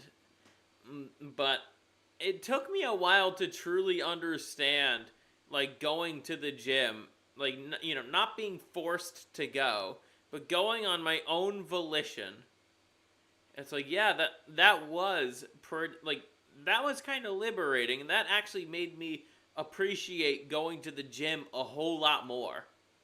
Now that I'm in control of my fitness regimen, I'm not just copying someone else. It's this is what I'm doing, and this is how I'm gonna go about it. It does create a sense of freedom. Up with so many kids doing extracurriculars, none of. But yeah, being forced to do a bunch of extracurriculars, yeah, that's pretty fucking gay. which they were actually that passionate about. Again, this was something my parents didn't really care about, and I feel fortunate about. Colleges use extracurriculars as a proxy for social class and assortative. Tom, when he was around age 12, was put on Adderall in a joint decision between his mother and the school counselor due to the attention issue. Scurvy was never put on Adderall, thank God. Because he had trouble sitting down for 8 hours a day in class. Later on, at the end of high school, he was put on SSRI, antidepressant medicine, due to his depression. He found that neither of these really worked and was shocked to later realize that Adderall was a form of meth. Tom, for a period in high school, followed this path. He did school for over 13 hours a day by various proxies. This is since he spent 9 hours a day going to class, another 2.5 hours doing sports, then another 3 hours doing homework. This was something that I saw was the norm in high school. I'm still shocked people went through it without complaining or What the even hell is this? And this was completely 9 hours. Wow. Jeez, I'm glad when I was in high school, I never, like, I was not in school for, like, 9 hours. Let's see, it was, like, 8 to 2. So, let's see, so 8, 9, 10, 11, 12, 1, and 2. 7 hours. And that's still too much for learning. Like, now, Scurvy, like, literally, Scurvy only has one class that's, like, about 3 hours. You can only learn, the thing is, you can only learn some, like, a subject, you know, or just learn in general for up to, like, 3 hours a day. Or something like that. And what public schooling doesn't get, it's like, they're just trying to, and hell, even private schools too, they just try to cram everything down your throat, and all the tests are just rote memorization. So you're not really learning anything. You're just learning, you know, how to memorize, if anything. So you're never really going to do anything truly remarkable in your academics. Let's see. Once upon a time, made me go to the gym all the time. I like doing it, but then I dislocated my shoulder because he taught me improperly. I was so traumatized I refused to go back. God damn it, Henok. Come on. Back when I was in high school, I very much was a leftist. I will tell you that, Henok. Are you happy now? Are you happy? Anyways. Kids in middle school are there from 7:30 to 4. Wow. Man, I do remember being... Okay, so Scurvy's middle school experience, it actually was pretty positive. Now that I think about it, like, it was very positive. Like, I really wasn't doing very well in the public school setting. And if I didn't go to that sped school, I would very much be in a very different place in life. I'll tell you that. But, no. Scurvy was never a commie. Scurvy was never a commie. There was a brief period of time where I was a socialist when I was 16, just learning about politics. I very much had the just world fallacy, but by the time I got to college, that's when I kind of, like, mellowed out when it comes to, like, you know, leftist political shit. That's actually the point in time where a lot of the seeds of conservatism were planted within me, and then those had blossomed to be a tree of monarchy. I'm a public middle school teacher. I know how the sausage is made. It's not attractive. Yeah. I bet, man. I bet. Since you're in the system, there's probably a lot of things that you feel like it's not right that they're being taught. Like, I assume it's like all the faggotry and troon shit. And it's like, my goodness. Hopefully that's gonna change for your district. Not really. Okay, I see. But yeah, I do know the public education system is so fucked in this country. Normal for people I knew in school. It's a literal Chinese or Victorian work schedule without even the recognition that what's going on is It's what isn't being taught that's the problem. Ah, yeah, so blatant knowledge gaps that aren't, that aren't being taught. I see. hard, or you're not even being paid for it. Not gonna lie, even though I afterwards became a successful professional YouTuber, I'm still resentful of what the school and social system put me through for literally no end result, in that due to the racial caste system that became hiring, white men won't get those jobs anyway. That's my biggest concern, easily. That's easily my biggest concern, is the fact that, even though Scurvy's not full white, it's like, I still have to put white down on my application because I quote-unquote pass as white. And it's just like, well, I mean, who knows what Trump's gonna do? Maybe more white men are gonna be hired, and so I'm gonna be able to find a job. But I know it's, for now, companies are very much still struggling, on purpose, mind you, to ditch all the DEI shit, even though it is heavily unpopular. People don't actually like DEI. It's only tolerated, and it's another one of those things you can't truly talk about out loud. No practical real life stuff. I've always been kind of red pilled since I was 10. I always knew that stuff was just BS. That's why I never dealt with red pill rage. No practical real life stuff. Required by law to teach for the state mandated tests. Yeah, I know that's a big problem too, is standardized testing. Enoch says, I thought Scurvy was black. That's hilarious.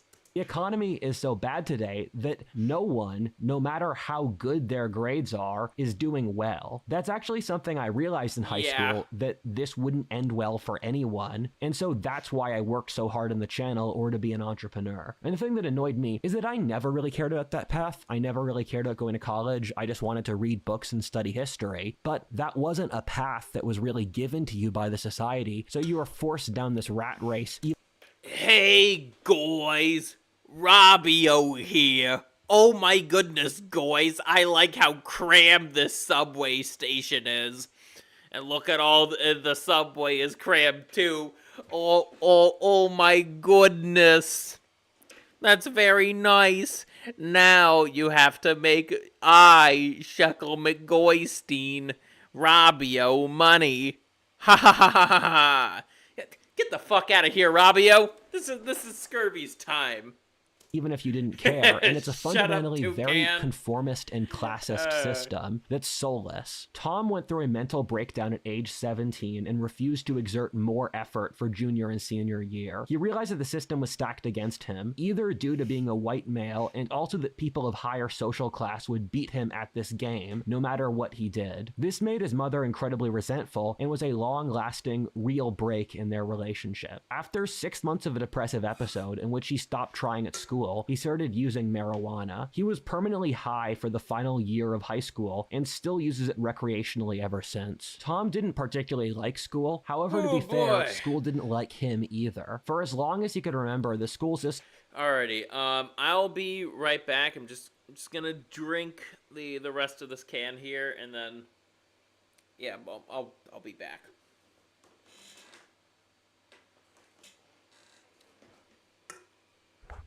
Be back in like a minute or two.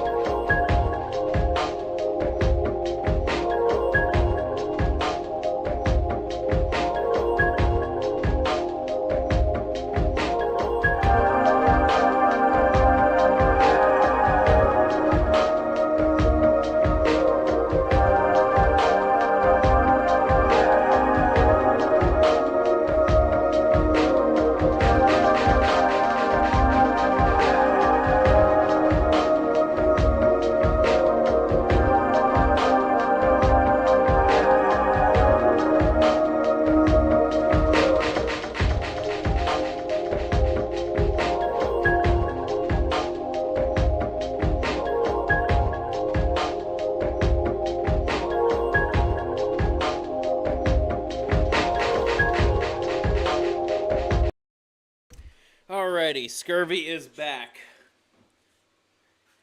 Rexus says, thank God I've been homeschooled, even though I have failed education. Huh. Interesting. Let's get back to the video. System was run by radical leftists who told him repeatedly that white men should be held back across society. Over the time he was in high school, they changed the curriculum so Burn them! In the words of Sylvanus Windrunner, burn it! I can't really do a Sylvanus voice right now, but yeah. What the fuck?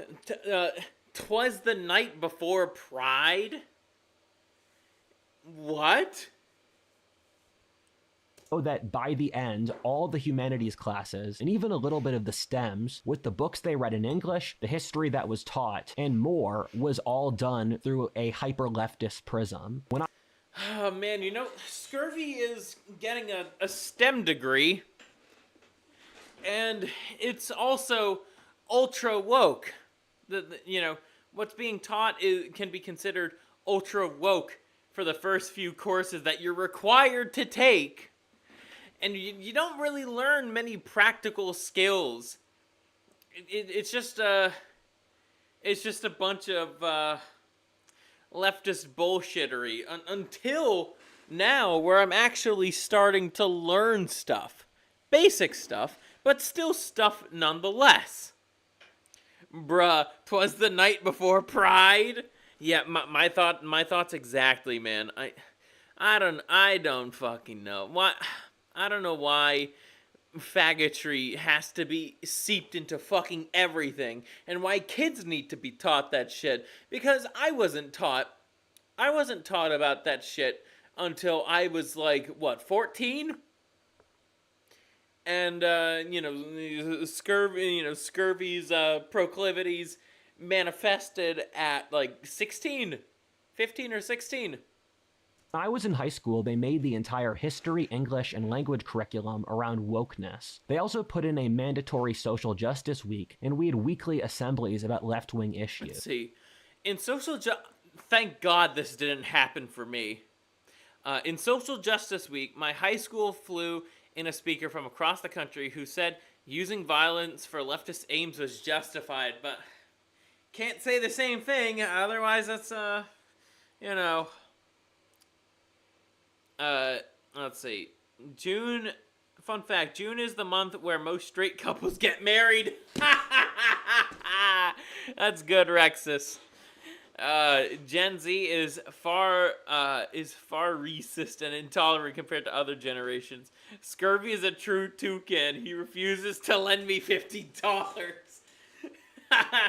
Speaking of money, if you're enjoying the show so far, feel free to donate at Cashapp/cash sign, not Undead Chronic, Cashapp/cash sign, ScurvyRum. Scurvy's had a little bit to drink tonight, apologies. So yeah, feel free to support the show through that way. And then in the future, I will, and by future I mean probably after the show, or most likely tomorrow, I'm actually going to make that throne page. And it's probably just going to be one item at a time. Like, if I need, like, I'm going to have a new mic. I want to get a new mic, a SteelSeries mic. And, you know, it's a bit pricey for me right now. So, yeah, that's a way you could fundraise stuff to improve, you know, the show and, you know, my future setup. In the middle school I work for, we have constant social justice stuff surrounding race, back-to-back MLK Day, Black History Month, Muslim Appreciation Week. I sent the money to Chaz. Imagine getting mogged by a beetle. Ah! We're not talking about Dustborn, Henok. Wait, I think I said the magical word to summon Chaz to the chat. Dustborn. Every single essay had to be about leftism. I'm from Pennsylvania, so this happened earlier for Tom in the more left-wing Los Angeles. Tom learned to... We're supposed to treat Kwanzaa as a legitimate holiday alongside Christmas and Hanukkah. Well, okay. Hanukkah's not exactly a legitimate holiday either, let's be real. But Kwanzaa is literally invented by the CIA. It was made by a federal agent as a way to, manipulate the black community. Loathe leftism for this. However, his mom is a moderate leftist while his sister is a radical one. Thus, he could never talk about this at home, and they'd gaslight him and say it was all really good. The classes were incredibly... Gee, gaslighting. That's what happened earlier when I was talking about Ukraine and Russia with my mom and dad. It was the gaslighting alone on the the billions of tax dollars that were being sent to Ukraine. And no, it wasn't just all weapons being funded, the money was given to Ukraine so they could buy weapons or whatnot, but no. It wasn't just so they could buy weapons, and it wasn't just for recovery aid. A lot of that money was going right into Zelensky's fucking pocket. Boring and stultifying. They were lacking in any masculine vigor or excitement. I remember when I was in 4th grade, I drew a knight with a sword, and my mom and dad supported the Ukraine aid because they still think Russia is communist. Russia isn't communist. Oh, no, it's not. It's not communist. It's not a monarchy either, unfortunately. My teachers called my parents in as they were worried I might become violent. One time in 5th grade, I was arguing with my friends over the rule set in a... Yeah, there's a lot of things I don't think I'd be able to change my parents' minds on. It's like, I think it largely has to do with the generational gap, but also it's like they've been conditioned their whole lives to believe this shit, and it takes a very special, and it's not easy for them to kind of break free of that modernist conditioning, or hell, even postmodernist conditioning into, as today. My dad still has a job, so he's inundated with a lot of that stuff, but I don't think, like, my mom especially, I don't think she could ever really get my points of view, especially since she keeps interrupting me every time I try to raise a point. 5 words in, it's like, no, that's not how a discussion is had. No, that's not what she's supposed to do. That, like, and I don't think she knows this, but that's that's a tactic like Destiny does to shut his opponent up, because he talks at 1,000,000 miles per hour, interrupting his debate opponent and just like fucking everything up. And so through that tactic, Destiny wins the debate because the opponent couldn't even speak their fucking minds. Oh, that was a lot. A certain board game we were playing, and the teacher said that if we didn't stop, they'd make us stop playing the game. Interest in the subjects men naturally like, such as war, philosophy, craftsmanship, or geopolitics, was legitimately discouraged. Anything that doesn't fit a feminine prearranged structure was frowned on, and people... You often can't have arguments with your parents because they remember changing your diapers. That's an interesting way to put it. And also for me, it's like I don't want to create too much of a fuss, so I kind of hold back on like my real opinions, except for like on here, my X page, and like to some of my online buddies. Ask why young men are underperforming in school or the workplace. Also, just throwing this in here, when I was in middle school, I woke up at 5:30 every morning because school started at 7:20 a.m. and I lived in a rural area where the school was and I went to public school. My public school was half an hour away from my house. So the bus would pick me up at 6:40, drop me off there at 7. How come we are a society where the largest newspapers have women complaining about having the AC be too cold at is the patriarchy, but I was non-consensually forced to wake up at 5:30 a.m. for public school at age 11. Meanwhile, no one cares when I complain. Bureaucracy, my friend, bureaucracy. 20. And I remember thinking to Quite myself, literally, what purpose does this serve besides to just make the students... I remember also having to wake up at like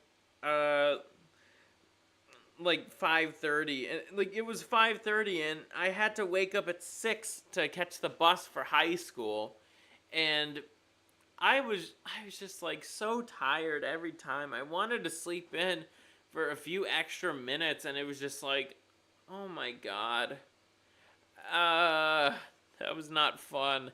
I was so happy in college I actually got to sleep in. And even when I was working at the library that I used to work at, um, man, it was nice not having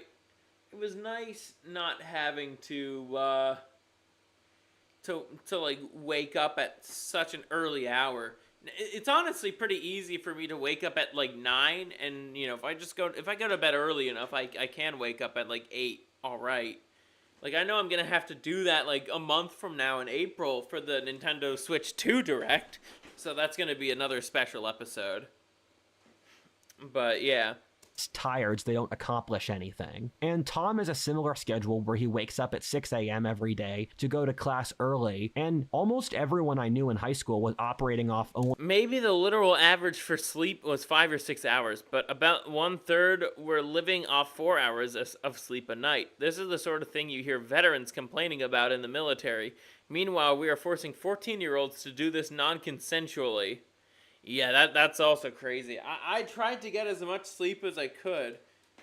As I got older, it did get harder for me to wake up at 6. But thankfully, I was able to start to wake up at like 9. To sleep in, all that fun stuff. When I graduated high school, and it's like, yeah, I at least I was able to get 7 hours. So let's see. On South Park nights, when South Park was airing new episodes at 10 to 10:30. So let's see, 10:30, 11:30, 12:30, 1:30, 2:30, 3:30, 4:30, 5:30. Yeah, I got about like 9 hours of sleep. Holy shit. And that was more like waking up at 6. So it was more like 8.5 hours. It's still waking up at... And I think it was more like went to bed at 11, so it probably was more like 7.5 or 8. I don't know. You know what I mean. I'm losing track here. But still, I had to go to bed early if I wanted to get a good night's sleep. But thankfully, I didn't have to go to bed at such an early time by the time I graduated. And I did stay up later on weekends, probably with the exception of like Sunday. But Friday, I stayed up. Saturday, I stayed up. It really was only Sunday where I didn't stay up that late. Whenever I would voice my opinion on the Ukraine war around my family, most of them would shut me up, but now they're waking up. No sleep for oranges, says Hanok. only 4 hours of sleep, and I think that's a pretty important detail. Another thing that I find strange in retrospect was that people in high school would brag and take pride in how much they studied and how little sleep they'd got. They would say, it literally took me 4 hours to finish this. I stayed up till 2 a.m. Dude, oh my god. Okay, we'll let this play out, but this is so huge. There was like a competition to see who got the least amount of sleep, and it was retarded. I don't know why I felt bad for getting, the amount of sleep that I did.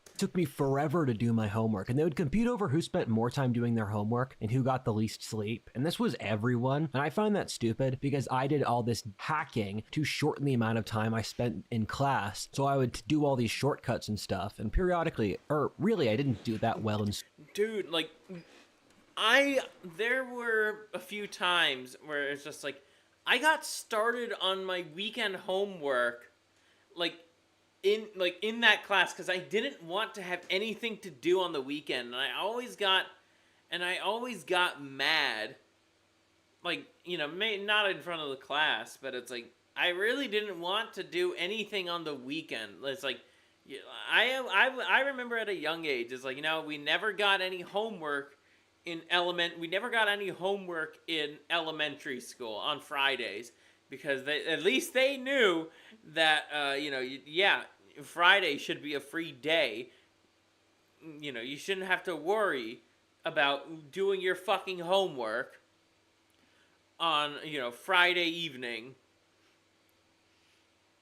And it's like, by the time middle school came around, it's like that's when the weekend homework started to go bad, and I fucking hated doing that. Which is why I tried to get it done as quickly as I could, so I didn't have anything to worry about over the weekend. Let's see, did I get? Never mind, that's just a notification.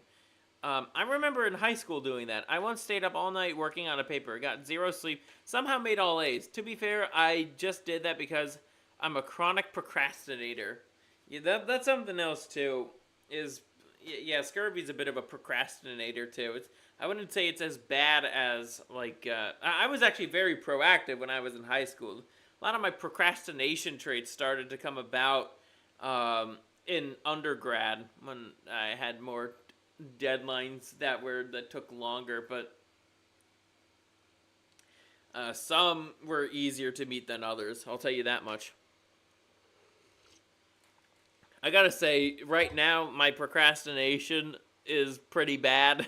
That's something I gotta get better at. It's just, it's such a drain, School, but it was completely alien to my worldview. But it's a culture that prizes constantly being a workaholic. Tom didn't really date in high school. He graduated from school a virgin, which is normal in that 1/3 of men under 30 today are virgins, and 80% of That's true.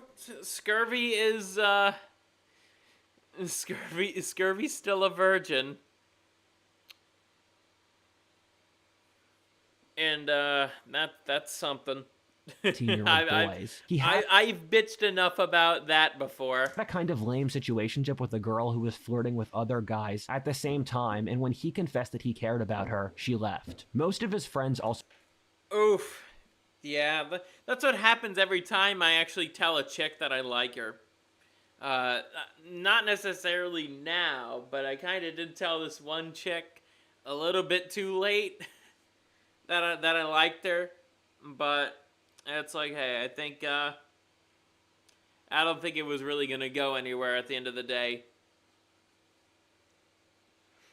Also graduated virgins. No one explained female psychology to him, thus he over-relied on the advice, just be kind, which just didn't work. As a young man, a few years later, he became obsessed with Andrew Tate, since he was the first person who was realistic with... What color is your Bugatti? With him about the negatives of female nature. Part 3, ennui. Tom went to a crappy college in the area, let's say California State School, Dominguez Hills. He really didn't want to, but due to social pressure from his mom and school, he felt compelled to since he didn't have a better idea. When I was around his age, college was pushed down our throats as completely necessary. However, as both Tom and I realized, college actually means very little. If you're not going to one of the best colleges, there is literally statistically no income benefit from going to college anymore. Tom got... And even then, when it comes to those top schools, it's literally just the name. That's all it is. Like, the education, I mean, yeah, it does separate itself out in some areas, but I mean, you're still required to take the same, like, general education classes on, like, leftist bullshit. You're still required to do that. And even then, it seems that it's more so the master's programs that actually have, like, the education in it. Dude, my mom pushed college so hard on me from a young age, too. My parents had a kind of cult surrounding my college. I know my parents pushed for me to go to college as well, and I'm glad that I did. Ultimately, I am glad that I did. But at the same time, I know some people's parents are a bit more crazy about college than mine. They were coldishly obsessed with their university school spirit, even in their 40s, and pushed that on their kids. My God, dude. Like, I'm glad my parents never did that. I fucking hated my undergrad experience. I'm not doing that. I'm not gonna push that kind of shit on my kids. They want to, if my sons want to go to college, it's like, sure. I don't think my daughters are. Like, college, until the colleges change, like, no, I'd rather have my daughters be married off to good men. So I had to take socio horticulture. I gotta say, What the hell is this? Got a degree I don't in know what business, that is, which man. is the safe degree for I want to work. But this was counteracted by so many others also getting business degrees as to render his useless. Tom made his 2 closest friends in college. It was the happiest period of his life, although same. not as exciting as what his parents told him it would be. Oh man, I actually was let down by my college experience. It really, the time that it actually felt like how it should be was the very end of my second semester. The very end. And I say the very end is because for a few good months I had to, like, me and my other roommate, we had a pretty good dynamic with each other. Like, we knew how each other lived, and we had each other's preferences. We were able to talk things out. And then all of a sudden, this other asshole moved in, and he was like a real piece of shit, mind you. And he was living there for like a few good, like at least until like late March.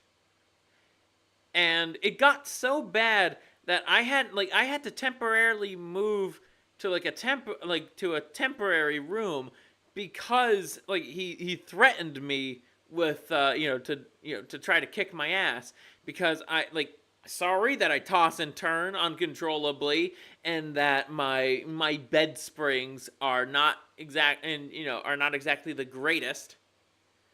But it's like, no, I was not gonna deal with them. That's a fucking toxic. I hate using leftist words like that, but it literally was a toxic environment, and I couldn't stay there. And even though I did visit my other roommate every now and then just to like chat or whatnot, I still had my key.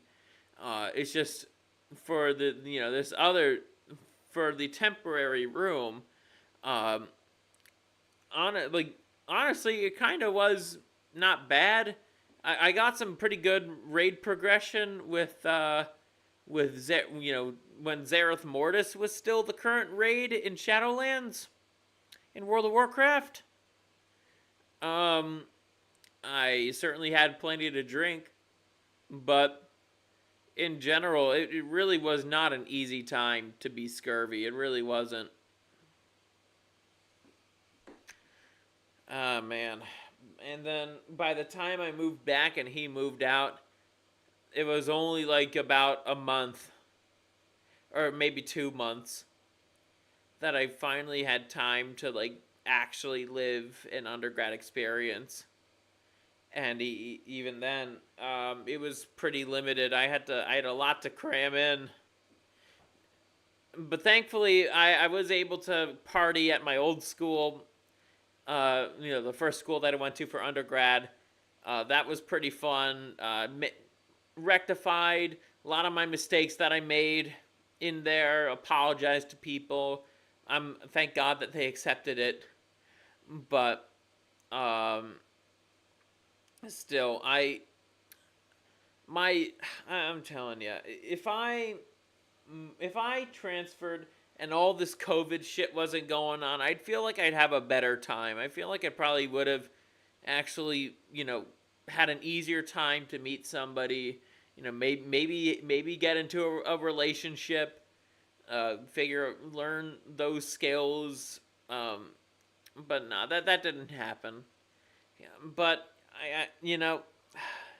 honestly, it's kind of cathartic getting a lot of this stuff out here now. Hey, Apple Eater, how's it going? Who gets COVID anymore? No one gets COVID anymore. Nah, but anyways, this is like back when all this shit was still going down.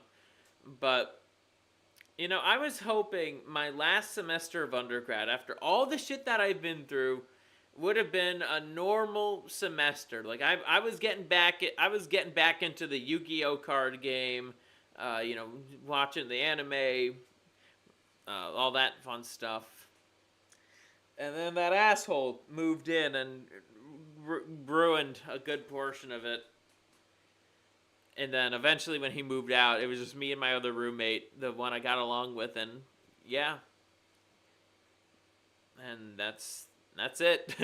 That's it for that tangent. A big part of the college learning experience is just learning how to deal with people like that. Yeah, that's true. That's true. Let's see.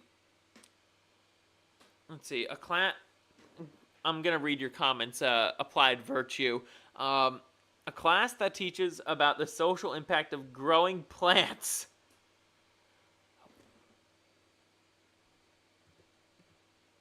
Oh my god, bro. Oh, hell no, man. What the fuck? What he made? Wow.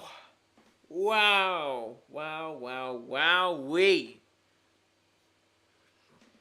My mom at least regretted sending me to college after she saw for herself how woke and corrupt her old university had become. I had no less than 3 socialists as college professors. One of them was a Starbucks socialist who made cracks at me because I was Catholic in the middle of class. Another was a hardcore Marxist-Leninist who told his class that he believed Stalin had the... What he made? Wow! Apple Eater asks, Yu-Gi-Oh, how old are you boys? Scurvy's 24. And speaking of card games, he's getting back into the Pokemon card game. Scurvy learned only how to protest. Oh, that's another story. During the middle of lockdown, I do remember doing a one-man protest against the lockdowns. That was fun. The cops even showed up. So that was great. Everyone I know who went to college at my age, with the exception of state schools, says it was underwhelming, as I can attest from my personal experience when I went to college for a Yeah, semester. I feel He that. lost his virginity in college with his first and only girlfriend. She grew bored of him when he didn't push for a higher income career out of college and left. Tom went into a significant amount of debt to go to college, something on the order of $40,000, which is the average for California. He was encouraged by adults around him to do this, and no one talked him down, and everyone said he had to do it, where adults completely assured You had 2 kids during the lockdowns. I see. Damn it, Henok. Scurvy was protecting for the right to have access to femboys. At the time, Scurvy wasn't into Bridget from Guilty Gear at the time. All right, Henok. I don't really know what Yu-Gi-Oh is. I'm still in my mother's womb. Damn, Rexus. Anyways, let's continue. him that he would be able This to is get still a better Doomer job Hour that would after pay all. it off. That didn't happen, and he started working at a low-level insurance job, making $40K a year, and has moved it up to $50K a year. He's still paying off the debt, which bites into his consumer spending for the fun stuff that makes life tolerable. He's constantly Yeah. resentful of the debt. Keep in We're gonna let the video play out for a few good minutes, but I do want to say this. I'm so grateful that I do not have any sort of debt.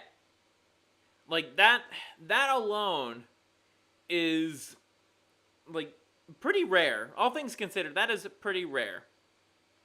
And,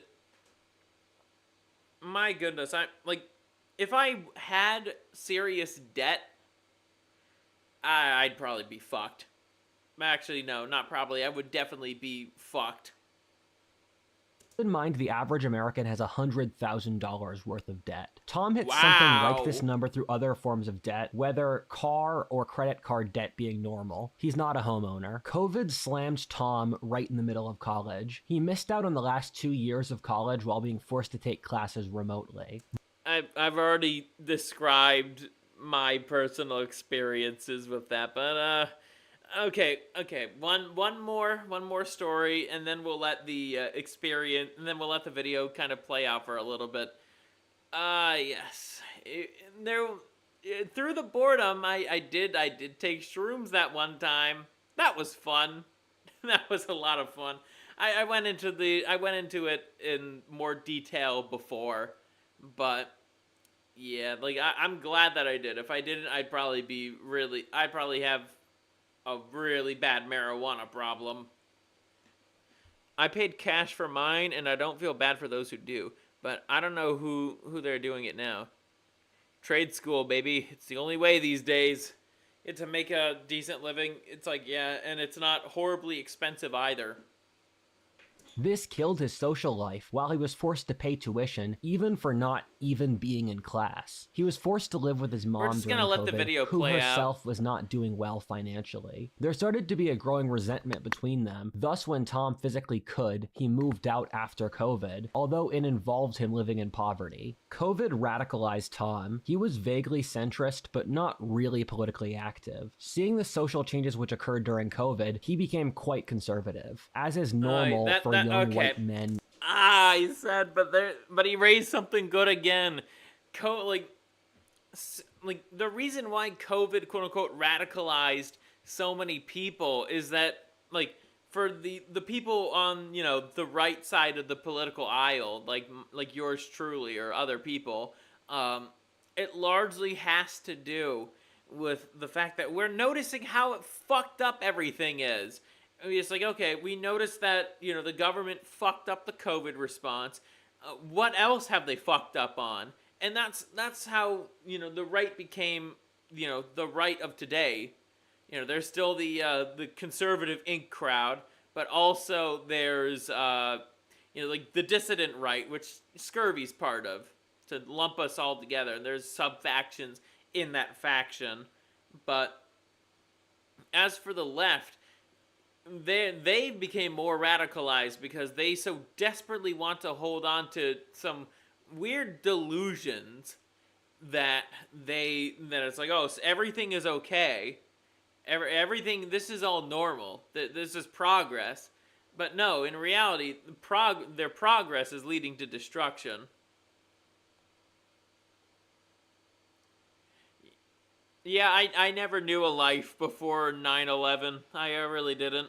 I was born in 2000 after all, so 9/11 happened like a year after Scurvy was born.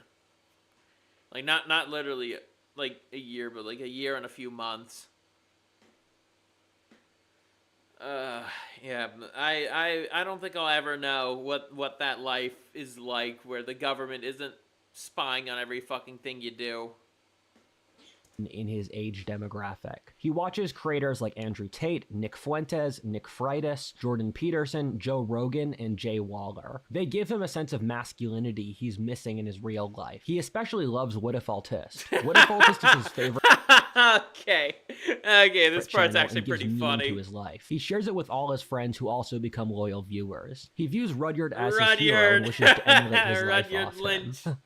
This has separated him from the world he Chad. lives in. He lives a second life on the internet, which bears very little resemblance to his daily life. While being surrounded by left-wingers in his real life, he puts on a mask. He loathes the mask and on a daily basis thinks about how much he...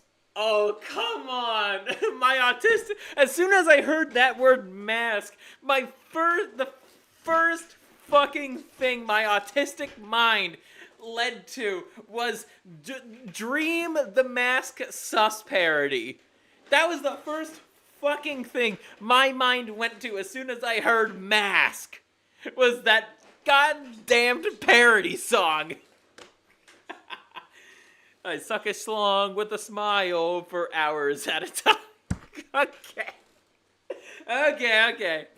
This is supposed to be doom and gloom, not laughter, but okay. He hates having to live a lie for every waking moment of social interaction. Meanwhile, he creates a Twitter alt account where he posts far-right content anonymously. He confessed to his mother, but not his sister, his political views. His mother accepts this on paper, but speaks to him in a condescending manner whenever she talks about politics. It makes I feel dealing the with his same family way. difficult. He never talks about politics at work. If he did, he would be fired immediately. His work forces him to do social justice seminars and social events where he mouths the words in order to pay the bills, but he's secretly filled with inchoate rage. He bottles up rage all day, which he dispels by posting right-wing troll comments on Twitter, playing violent video games, and watching porn. He wants to leave California for Arizona, partly to live near his estranged father, and to get out of a leftist state, but lacks the money or courage to do so. His political views have moved further right due to seeing the literal degradation of the city of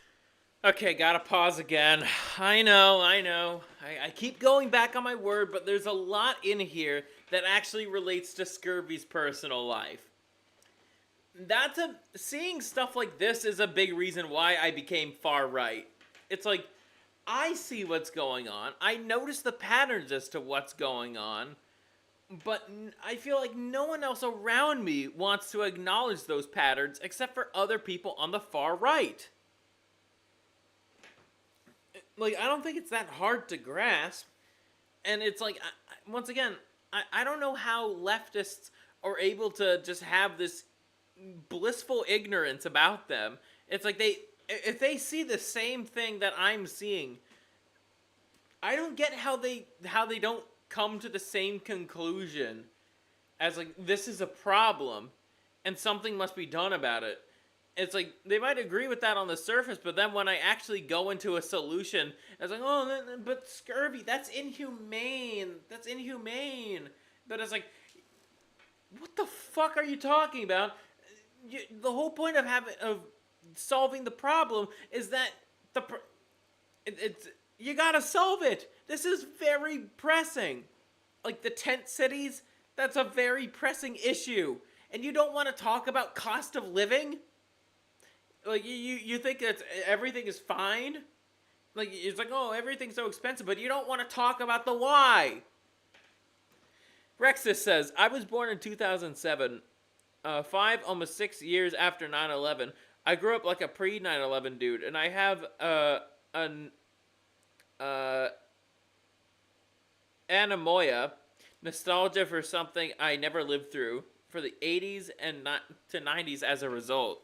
I see. Of Los Angeles happen in real time. I lived in LA for just a few months, and I saw this happen myself. Tom was there for years. Over the course of his life, he saw Los Angeles's middle class go extinct. The city became filthy, seeing the crazy homeless and migrants, which the city... Jeez, living in the place where my apartment was, that was also rather red pilling. I remember seeing... I remember legitimately seeing a few times like this mom and her kids just rummaging through the trash can to find food. I found that to be particularly like disgusting, and that tells me that people are being forced to rummage through literal garbage to find food. There is something very wrong here. There's a clear cost of living problem, and there's also there's also other problems too. But it's largely cost of living. AC, no pity on single moms for me. She chose her man. That too. Yeah, she was a single mom. There was no man in sight. She chose her fate. And her kids are gonna resent her for it. I could fucking tell that much. And it's just like, nothing, like, the best thing that she could have done was to try to keep her man. She didn't want to be fucking homeless. But nope, couldn't vet for her partner because she probably came from a single mother household herself. But it's like, holy shit. Like, that was easily one of the most disgusting things I've ever seen. And, you know, I don't know why my parents think, oh, you're so naive. And it's like, no, I've seen this shit. It's a problem. And ironic as the woman and her kids are obese as well. You call it disgusting. I call it an opportunity. We could have made bank holding single homeless moms UFC tournaments. Wow. Look up medieval peasants were more free than you think. It's pretty red pilling. Yeah, they were. They were not living like that single mom and her two kids. They were not doing that. They had a family. They were together. Like they had faith. They had religion in their lives. Like they were complete people, even if they weren't the smartest people in all of society. He chooses to do nothing about, and that makes large parts of the city uninhabitable. The city has become a sci-fi dystopia in front of his own eyes. It disgusts him, and he watches Twitter reels of the 1960s, where all the buildings he looks at now were clean, nice, and new. When people seemed happy and dressed or walked with pride, Tom has learned to lose any faith in other people, since everyone he sees in Los Angeles is status-obsessed, vain, cowardly, and self-serving. He has grown resentful of that describes us Zoomers as a whole. There's very few of us who aren't so materialistically driven. And it's like, yeah, I like my stuff, but at the same time, I could at least be grateful for like being able to have it. Most people aren't even grateful for having this stuff. of society itself and quietly loathes everyone around him. Tom is pretty smart with an IQ around 115, and he has various interests between technology, history, philosophy, Tom and by he a reads point. different books but lacks the willpower to read regularly, or 116 the sense IQ, of direction baby. to actually put his foot down and study a topic definitively. He's smart enough to realize things are going bad, but doesn't have a better idea on how to deal with it, thus leaving him feeling powerless. The social degradation of the that's a city has problem, left too. Tom very lonely. He made 2 friends in college. One moved back to his home state of Virginia, while another lives in Santa Monica, an hour away, and works all the time. They see each other about once a month. However, their lives have diverged so much that their conversations seem empty. Nothing that Tom cares about are the things his friends would understand. They talk about basic pleasantries like pop culture or sports. So, earlier this month, I was actually able to speak with somebody I actually met at one of the bars that I used to go to. And I think I'm going to try and schedule something with him again, like during Lent. And honestly, we were able to have some pretty good conversations. Like, they were not just basic pleasantries, you know. It was about hobbies and, you know, school, what's going on in our lives, but we still had actual conversations, so that was nice.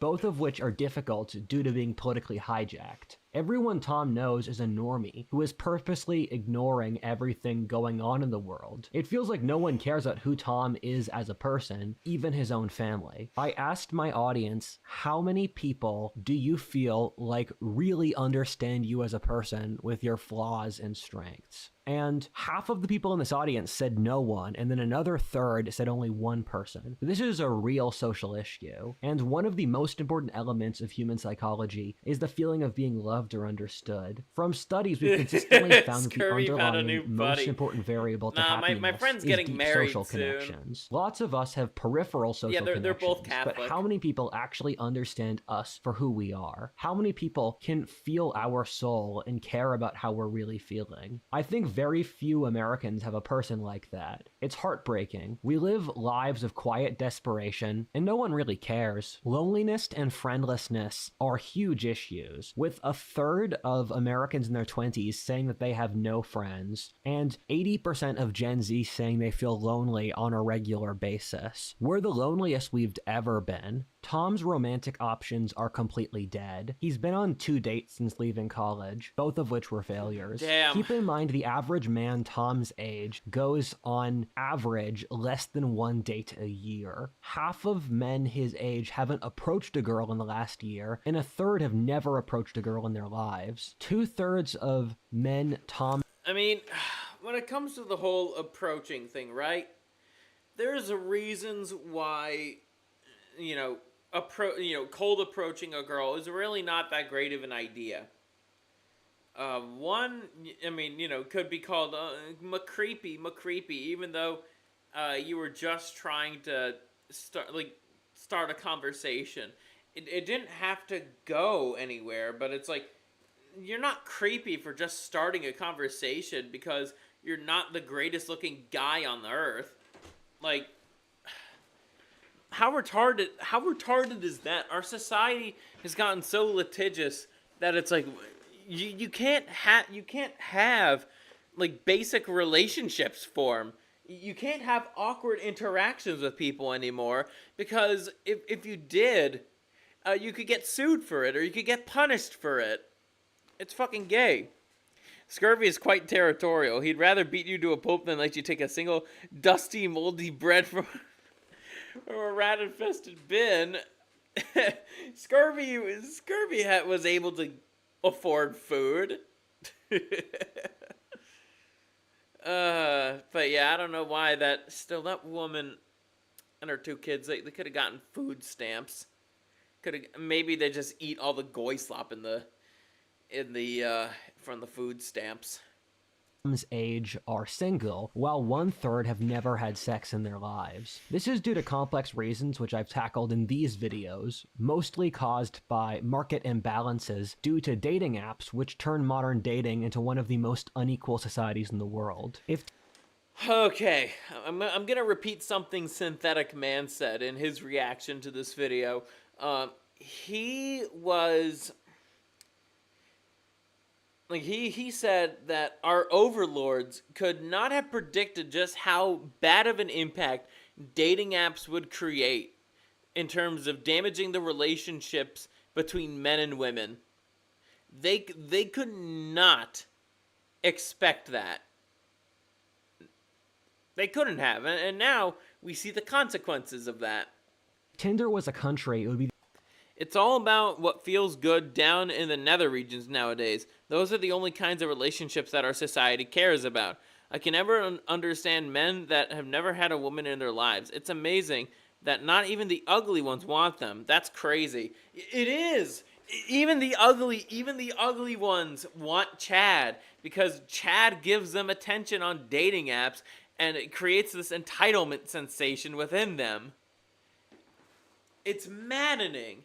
And it's only gonna get worse before it gets better. But I think it is, to white pill you guys for a moment, I think it is starting to reach like critical mass. The second most unequal country in the world after South Africa and ahead of Venezuela. Tom has just given up trying. He's tried dating apps on and off. He'll go through periods of desperation for about a week where he desperately swipes only to get nothing and give up again for 6 months, only to have the panic attack about this again and then fail again. He reconciles himself with watching online porn. He paid an girl twice only to delete his account and cry in shame. His main goal was to have a family, but he's since given up on that. He knows he will probably never get married, or frankly, even get a girlfriend anytime soon. This makes him consumed with self-loathing, horniness, and rage. Tom is about 20 pounds overweight, like 75% of Americans who are either overweight or obese. He really wants to lose the weight, and has a gym membership, which he only uses a few times a year. And he goes through brief... Anyways, stop being sympathetic, Scurvy. You should have went out of your way to get a big goy slop order and started eating it in front of her and her bastards to assert dominance. Take it from somebody that read a few pages on stocks. Whenever you think things are going to change in the reverse, then they are not. It's when you undoubtedly know it will happen. That's when it does happen. I see. Interesting outlook, AC. spurts of going to the gym, but can't keep up. He follows a lot of fitness influencers. He's also tried to maintain a good diet, but every time he does, something bad happens, and so he gives fitness. Rexus, Scurvy's about 100 pounds heavier than you are. That He you runs are. out of That money, you he are. hears bad news from his Then family again, or his dog. Scurvy is still kind of coming down from a bulk. I know by the time Lent comes about, it's actually going to be very easy for me to lose a lot of the excess weight I've been trying to lose. Now that I'm not going to be eating like shit. And I'm actually pretty motivated about that. I think I could do it. But he doesn't have the money to take it to a vet. Each time he defaults back onto comfort eating. He rationalizes this that comfort eating is one of the better coping mechanisms to have, since he feels shame about returning to his high school state of being permanently stoned, or his bouts of binge drinking in college. Tom didn't grow up with any religion. His parents were vehement agnostics and atheists, respectively, rebelling against the strong religion of their parents in Indiana. However, this has resulted in Tom having nothing to believe in. He has no higher power or direction to which orient his life around. Thus, he spirals into nihilism. He wishes he could believe in God and admires the trad-cath aesthetic, but he just can't bring himself to do so, since he knows in the bottom of his heart he can't believe in a God that he can't see proof for. He went to church a few times and found it boring. Keep in mind that from Saw, religion is... Yeah, I've already went into my... like how Scurvy decided to become Greek Orthodox, and I'm actually still on that path to this day. So there's that. But I think for me, it's like I think a lot of the scientific discoveries that we have made are pretty evident that God exists. That's just my stance on it. One of the most important components to someone living a happy life. We have an entire generation largely consumed by nihilism, and they don't have any values to believe in. Tom's worldview is completely nihilistic, which is true for most people around his age. He was told growing up that he could achieve whatever he wanted in life if only he worked hard and followed his dreams. He quickly realized as an adult that that was completely unrealistic. I'm kind of glad that early on I learned to kind of temper my dreams. It's like, and I think I found something pretty reasonable. Like, I didn't think that I'd be this, this crazy good writer. So I was like, you know what, I want to make some actual money. That's what made me look into, like, my graduate program, like, even when I was, like, 18. Did the Orthodox Church try to set you up with a chick in the church? I haven't been to one of their churches, but it kind of feels like that's something they should do as an ortho. Well, the thing is, I haven't gotten baptized yet. I'm not officially Orthodox, but there are some chicks around my age at the church. It's just I have yet to really meet them or talk to them. I'm trying to get to know some of the older people at the church, if anything, to kind of learn about the faith. But if I meet somebody around, like, my age, I might have. Then I'm not opposed. He doesn't believe in religion, while his community has done everything it can to spurn it with a postmodernist value system. He doesn't have close relationships, a mate, or community. His hard-right politics are a side effect of having nothing else to believe in. An old African proverb goes, if the young men don't have a place in the village, they'll burn it down to feel its warmth. Yes, that's one of the darker African proverbs. And we have seen this a lot in recent history. I guess just to name an example, like if I were to go truly brutal, I would say a lot of the school shootings. I know I'm quoting Synthetic Man again, but that's very much a lot of young men, like, just burning down the village. It's kind of emblematic of that. Also, I would say, like, the BLM riots, that's a good one too, where it's like but it's just a bunch of leftists who are burning down everything for the wrong reasons. And it just turned out to be really fucking gay. Ah, man, speaking of those, there was like a point when that all was going on. All I could do, I was just like so scared of like everything. I was like, this is really tragic, and I would, I think I'd be happier if I was a cat or something like that. I think that's what I said. Like I wouldn't have to worry about, feeling sad that, people's lives are being destroyed. Scurvy is going to get into the religion by signing a family contract with a woman unknowingly, and then the pastor will baptize him in his what? AC, come on, or his femboy's pussy. Maybe they don't discriminate. Nah, the Orthodox Church is definitely not gonna. The whole femboy thing, they're not gonna do that. Realized quickly that there was no social mobility as job. The company, like almost all major companies in California, had gone for woke DEI hiring, thus making him as a straight white male stuck high and dry. He considered lying about being a bisexual in order to get job promotion, but then again, Scurvy's not Scurvy's not exactly lying about the bisexual part. It's just I have my priorities straightened out. Felt too much shame to do it. He realized that no matter what he did, he was stuck. This is a very important variable that older people don't seem to get at all, in that woke hiring has completely screwed over Gen Z young men. Successful young Then there are the thought processes of people like me. The African proverb accurately describes some of our mindsets. That it does. It's like something has to change. That like something, like, to me it's more like something has to change. Like, we can't keep living like this. Something is deeply wrong and nobody wants to talk about it.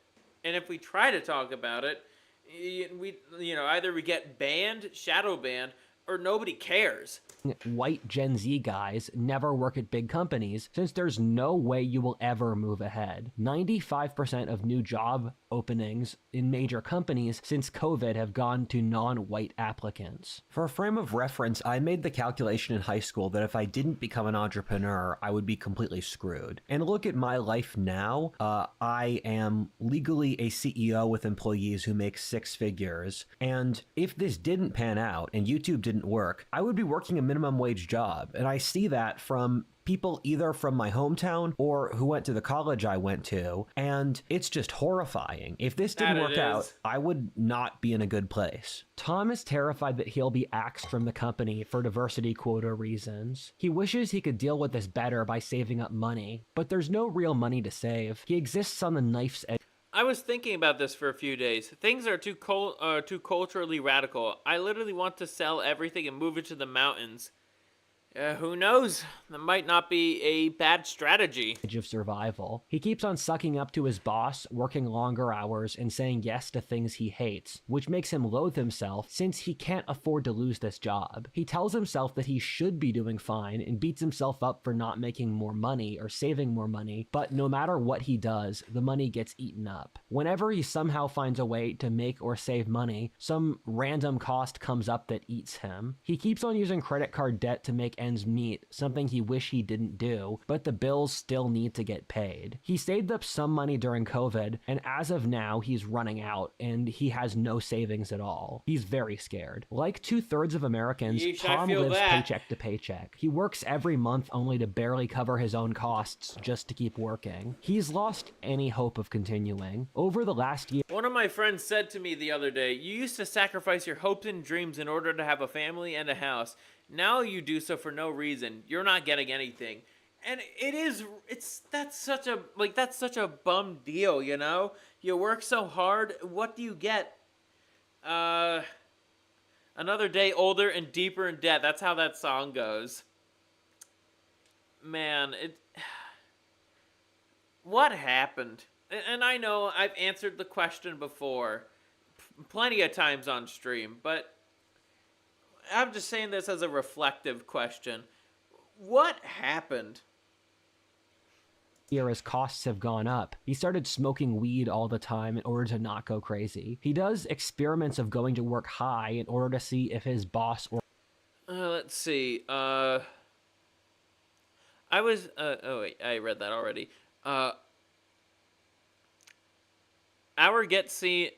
Gen seen as some crazy dude who needs to chill out with the politics. Man, fuck the people in I don't know who Marl is, server and beyond. Those normies. Yeah, fuck normies. coworkers I notice. agree. He sometimes acts up, even though he's terrified of losing his job, as a way to feel alive from time to time. He finds that no one cares. No matter how much he changes his behavior socially, his coworkers don't care. He might as well not exist. At the same time, his boss constantly asks him to change the work formatting, and if he does something slightly wrong for work, his boss will have him, and he feels depressed that he as a person does not matter, but he only exists as a cog to exploit. He technically works a 9 to 5, but really leaves work at 7:30. He does this since he's scared of losing his job and wants to impress his boss. The company is low on employees, but doesn't have the money to hire anyone new either. This is especially humiliating given he actually only works 4 hours a day of productive time, and the rest is wasted while he pretends to work in order to not offend his boss or coworkers. He hasn't taken a vacation that's for his crazy. entire adult life, partly since he's scared of Where time gets lost at work and how to avoid it. 89% of people have admitted that they waste time at work every day. Most people actually use 60% or less of available work time. This means that we're only productive 3 days out of 5 every week. According to office workers, the number one time waster at work is too many meetings. Executives waste 6 weeks per year searching for lost documents. No wonder 15% of all paper handled in business is lost. Wow. That's of losing his something. job, but he also doesn't have the money to go on a vacation anywhere either. When he started working, he pretended to like his job, but now he can only barely mask his contempt for everyone that works where he does. It feels like nothing he does in his life is real. At work, he's a cog. No one cares about him as an individual ever. He feels like a person who doesn't really exist, like a ghost forced to work to survive through a machine for no Yeah, honestly, these days I feel pretty invisible when it comes to just like people in general. It's like I'm just there to be there, not that I actually want to. Unless if it's for like one of my unless I have, like locals or jujitsu. It's just I'm just going through the motions here. I don't like what else is there for me to do? It is kind of demoralizing if I say so myself, but it's like, hey, maybe this is just the point in my life that maybe I probably should kind of keep to the grindstone, Maybe not worry so much about social interaction, but at the same time, I feel like, I used to, that need of mine was met when I was living in my apartment, and even though it was starting to become like not so great, but time kind of heals all wounds, so to speak. You have no idea how many times I go to BJJ just going through the motions. Well, yeah, I know you're a blue belt, so that's kind of, and if you're an instructor, you kind of do have to go through the motions. But for me, it's like I'm still very much learning about everything, but also I'm actually starting to talk to like the people there as well, like getting to know them better, and I actually like hanging around them. They're pretty, like they're interesting people, I'd say. Oh, you're purple? Hey, congrats, man. I thought you were blue. It seems like you got promoted. That's good. Our society forced us to be ghosts, but it fears the Habergeist. But hey, honestly, AC, that's cool that you're a purple belt, man. no benefit of his own. He has no one to share all these feelings with. He was suicidal, like half of young men have been, and didn't tell anyone about it. Again, like most young men. He eventually didn't get around to actually doing it. He went through a 1-month period of depression where he tried phoning it in as much as possible across his life, whether through work, family, or friends. No one noticed or cared. He constantly fights low-level depression and anxiety. Whenever he stops and thinks, he's consumed by existential crises. And I feel that too. I certainly feel that way too. Like, but then again, Scurvy always kind of liked to talk to himself, and that kind of gives me ideas for videos. So I guess I turned my existential crises into videos.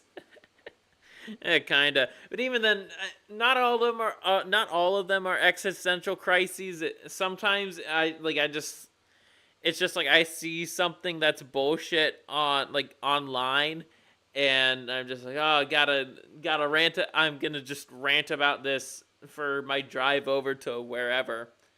The Habergeist is a creature from German folklore. A ghost is someone who was unalived and seeks vengeance on those who wronged them. Yeah, I certainly felt that way in the past, so to speak. And so he tries to stay active all the time, whether through work, doing various errands, or various forms of hedonism like video games or porn. The price of everything has gone up a ridiculous degree. The price of rent has doubled since that time, killing any... Let's see. Speaking of eggs, I know right now a bunch of lefties are just coping about my eggs, but it's like they don't understand that economic policy takes time to implement. These are still residual effects of Bidenomics. Has gone up a ridiculous degree. The price of rent has doubled since that time, killing any dreams Tom has had of being a real homeowner. He splits a $3,500 a month apartment with a roommate. He views his roommate with contempt as a normie who doesn't see how bad things are. They do everything they can to barely speak to each other. Tom doesn't sleep many hours a night since he purposely stays. I have a feeling if I lived with a roommate during my apartment, and I was still doing, like, the show or whatnot, I have a feeling I would get into so many fucking arguments with that guy, unless that guy was also conservative. But if it was a chick, if I had to, live in an apartment with a chick, and no matter what, it's like I would, I'm living with a chick, but it's like I can never have sex with her because she probably has a boyfriend or whatever, or she wouldn't be my type. That would be hell. That really would be hell.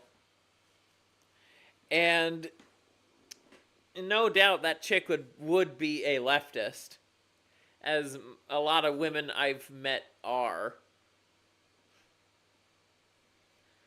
And, doing this show would probably be impossible. But I still try to anyways. Stays up late to have a few hours alone in the shared living room after his roommate has gone to bed. The rising cost of rent has really killed Tom's finances. Like most Americans, Tom doesn't have $500 that he could blow on an emergency at any given time. He doesn't have any money for hobbies or fun things. There's no way to be roommates with a chick. One day you'll get orange balls and want to smash just to regret it after.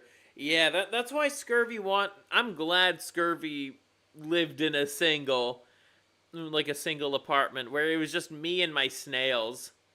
I'm very much glad about that. So I got to manage things how I would manage things, which could have been better. Never be roommates with a chick. Never. He listens to music, smokes weed, watches porn or YouTube, and doesn't even watch Netflix or the new movies since he hates their leftist slant. There's no new culture that he genuinely likes or identifies with. Tom is very careful with his food spending. I know for me when it comes to the new culture or whatnot, I guess you could say anime is that for me. But even then, When it comes to like the dubs, and Scurvy's a dub watcher. Say what you want, but I do care about how anime and manga gets translated over here. Not localized, but translated. Big difference. Basically only eating carbohydrates, which is what he can afford. He went 2 weeks just eating ramen. He doesn't heat his home anymore, which is generally fine in California's very temperate climate, since he saw a bill one winter from the city of Burbank for $500 heating fee. That happened to me. He remembers hearing a story of his night. We need the Iron Age of media, as Razorfist coined it. Oh yeah, I probably should actually watch some of Razorfist's stuff.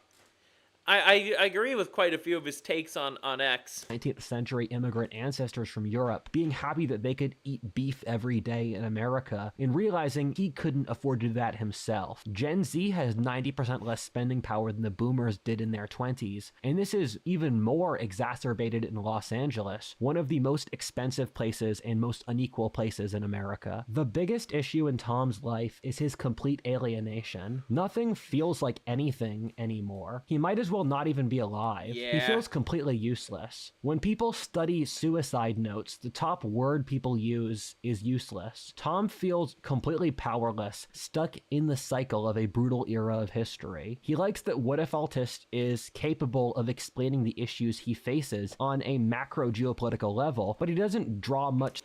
I will say that is something Rudyard is very good at, is that kind of analyzing.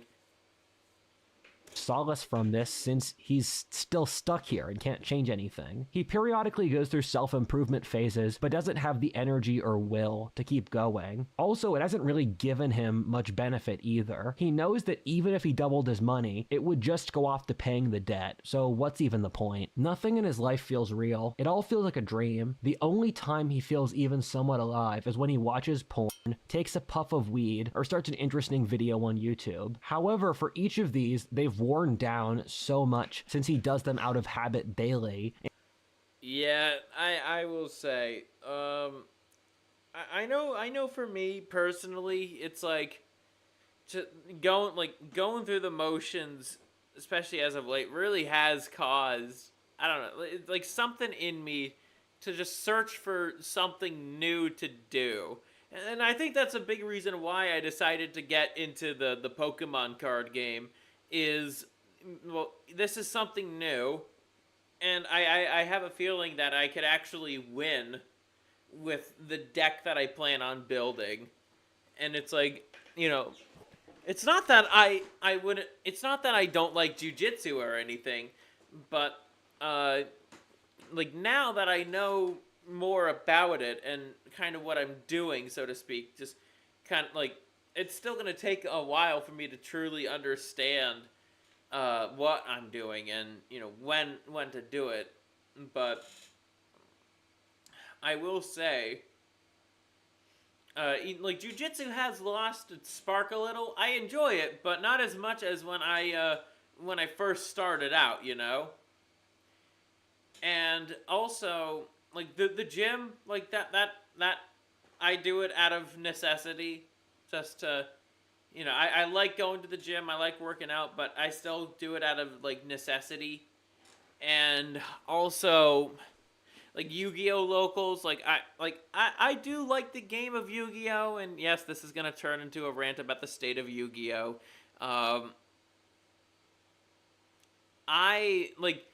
Fucking hell, like, I like to play older decks, and, like, the current meta tyrants are just too much. They're just too much for me to deal with. It's like, fucking Ryzeal, what's that monster? Let me look that up real quick. I gotta see what that fucking Ryzeal monster that I despise so much. Ryzeal.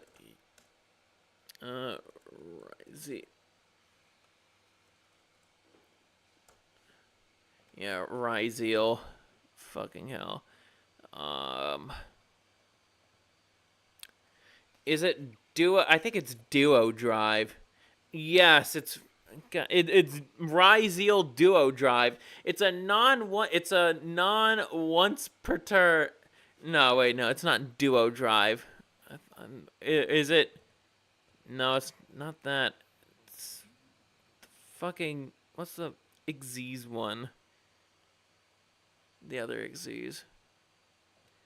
No, not Cross. Not that.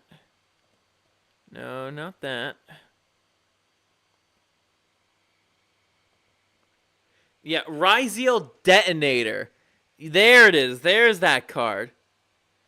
I fucking hate that card with a passion, and it just burned. I feel so burned having played against it recently, and it's like, what the fuck were they thinking? And so that kind of made me fall out of love with Yu-Gi-Oh! For the moment, until, like, I have a feeling until that card gets banned or something, and I think it will be banned, it's just too good. But it's like, now it's just like, okay, if I'm not going to be playing Yu-Gi-Oh! As much, I could at least get into a more balanced card game, and that's when I decided to learn how to play Pokemon. And I actually really like how the game is played. Certainly getting used to how everything works, but it's a far easier, far cheaper game to get into, and I'd be able to play with the deck that I'm looking into for quite some time, at least for the year. And there's always gonna be some interesting deck for me to play, and also those cards. They'll still gain in value even when they're out of the format because of just how collectors are. Anyways, card game rant over. Let's read what you have to say. This video is literally everything I've been thinking. I started to wonder how many others feel this way. Call them Guy A. And how many crazy guys think this. Call them Guy B. I started to think, how long will it take for Guys B to somehow convince Guys A to go into a holy war just to have a purpose and feel something? And he's lost Good any question, positive AC. feeling attached to them. Nothing he does feels real or human. His humanity has been worn down by the machine of modern bureaucratic civilization until only the mask remains. He grows to hate the beast inside of himself since it rebelled against the horror of the sheer meaninglessness and ennui of his life. Man, that's also pretty personal. It's like I learned that I have a rather strong sense of justice, but it's like I can't fucking do anything about this. I fucking can't. Well, what's the most I could do? Like, I like making the videos and I like doing the streams, but it's like that's all I could really do if I want to get my opinion out. Man. That really is blackpilling right there, and Scurvy doesn't take too many of those. It feels like he's stuck in some hyper-real purgatory with no way out. Part 4. Lessons. I understand one of the conventions of writing is that a story is supposed to have a point or... You got a strong sense of justice? Well, let me tell you about having some purpose and acting on it. Well, some would call it a holy war. I get you, AC. I get you. But... anything like that would be shut down, and I'd be killed. Think of that. You could say it's cowardice, but no, I don't think a lot of people would exactly get it. Maybe my fellow ortho bros would, but yeah, there's only so much we could do. Some kind of positive note. The problem is that's not how reality works. Our lives don't act like that. Sometimes life just sucks and you need to accept it. Sometimes you're just going to suffer and hope that something better comes along later. This is one of those times. I'm not gonna lie to you. There are no solutions or easy answers. We're in one of those bad periods of history. This is why I say that we're on the verge of a major civil war or revolution. I toggled the Bible because I feel like we're living in the book of Revelation. Your strong sense of justice isn't strong enough. Just give it time, bro. Oh, that I sure will. my righteous fury will be even more furious, even throughout the Trump administration. I know that for a fact. Yep. And what of all this? He's been saying, there might be something like that happening soon. There's too many indicators, too many patterns that tell us that a revolution, particularly a violent revolution, is upon us. But as I was saying earlier, man, the Book of Revelations is predicting so much about what we're going through. And Revelations, was written at a time, when that society was collapsing. Once you accept all of this, that's the only rational answer to end at. This video is meant to depress you, but it's also meant to provide a degree of self-reflection. I know there are millions of Toms in this world. I know the reason we don't realize that is that we put up this false ideal of what American life is that basically no one reaches. Tom's friends or even his family probably have no idea how hard his life is, and he doesn't tell them since they wouldn't help. At least my parents have some idea of just how hard life is for me, aside from just being on the spectrum. My dad especially. I think he had to hear a lot of my rants about dating and femoids and all that. So there's that. Revelations was written during a time when incels had real power. That's also true as well. That's also true. Help him since they're struggling themselves. Oftentimes, the greatest wisdom comes from seeing your own life from someone else's perspective. What would you tell Tom which you couldn't tell yourself? I have been in various elite circles over my life, and I've lived a bizarre life. It's hard to explain, but there was a point. Don't worry, man. I've listened to your whole life story, all 10 hours of it. It's, that was something. It's especially something when you're listening to it, like, when you have to listen. I had to listen to Rudyard's life story at the bar, just so I could get out of my room, because I felt like there was something, like, just listening to it felt like there was something dark up around the corner. Like, and I couldn't be alone, so to speak, with just me and my snails. Like, I don't think the snails would have protected me or anything. So there's that. When I was part of a social club for talented young people run by someone who used to be part of Jake Paul's management, and another time I ran a club for influencers in Los Angeles, and I've been part of various conservative and intellectual associations, and what I found interviewing young successful people, and these are the people who did the best, like people who are professional athletes, actresses, influencers, successful CEOs in their 20s, is everyone's life is screwed. There's no person who gets the normal life that even a loser like Homer Simpson would be expected to have in the 20th century, where of the most successful people in their 20s, they either have severe depression, lonely, dating issues, most of financial issues, and seeing what the highest achievers struggled with, I realized this is just a rigged game, and the fact that we fight each other without realizing influencers, successful, rigged game, and the fact that we fight each other without realizing how hard it is just so cruel, because there's no way you're gonna win as a Zoomer. I hope that Tom's story has yeah, that kind of hits close to home. It's like, I just want to at least feel, maybe not now, but I want to at least feel like, I want to at least accomplish something, so to speak. Like, I think the way that I could do that is at least having a family, raising kids. It's a, part of it. But it's like what Undead Chronic said. Young men are denied the masculine endeavor.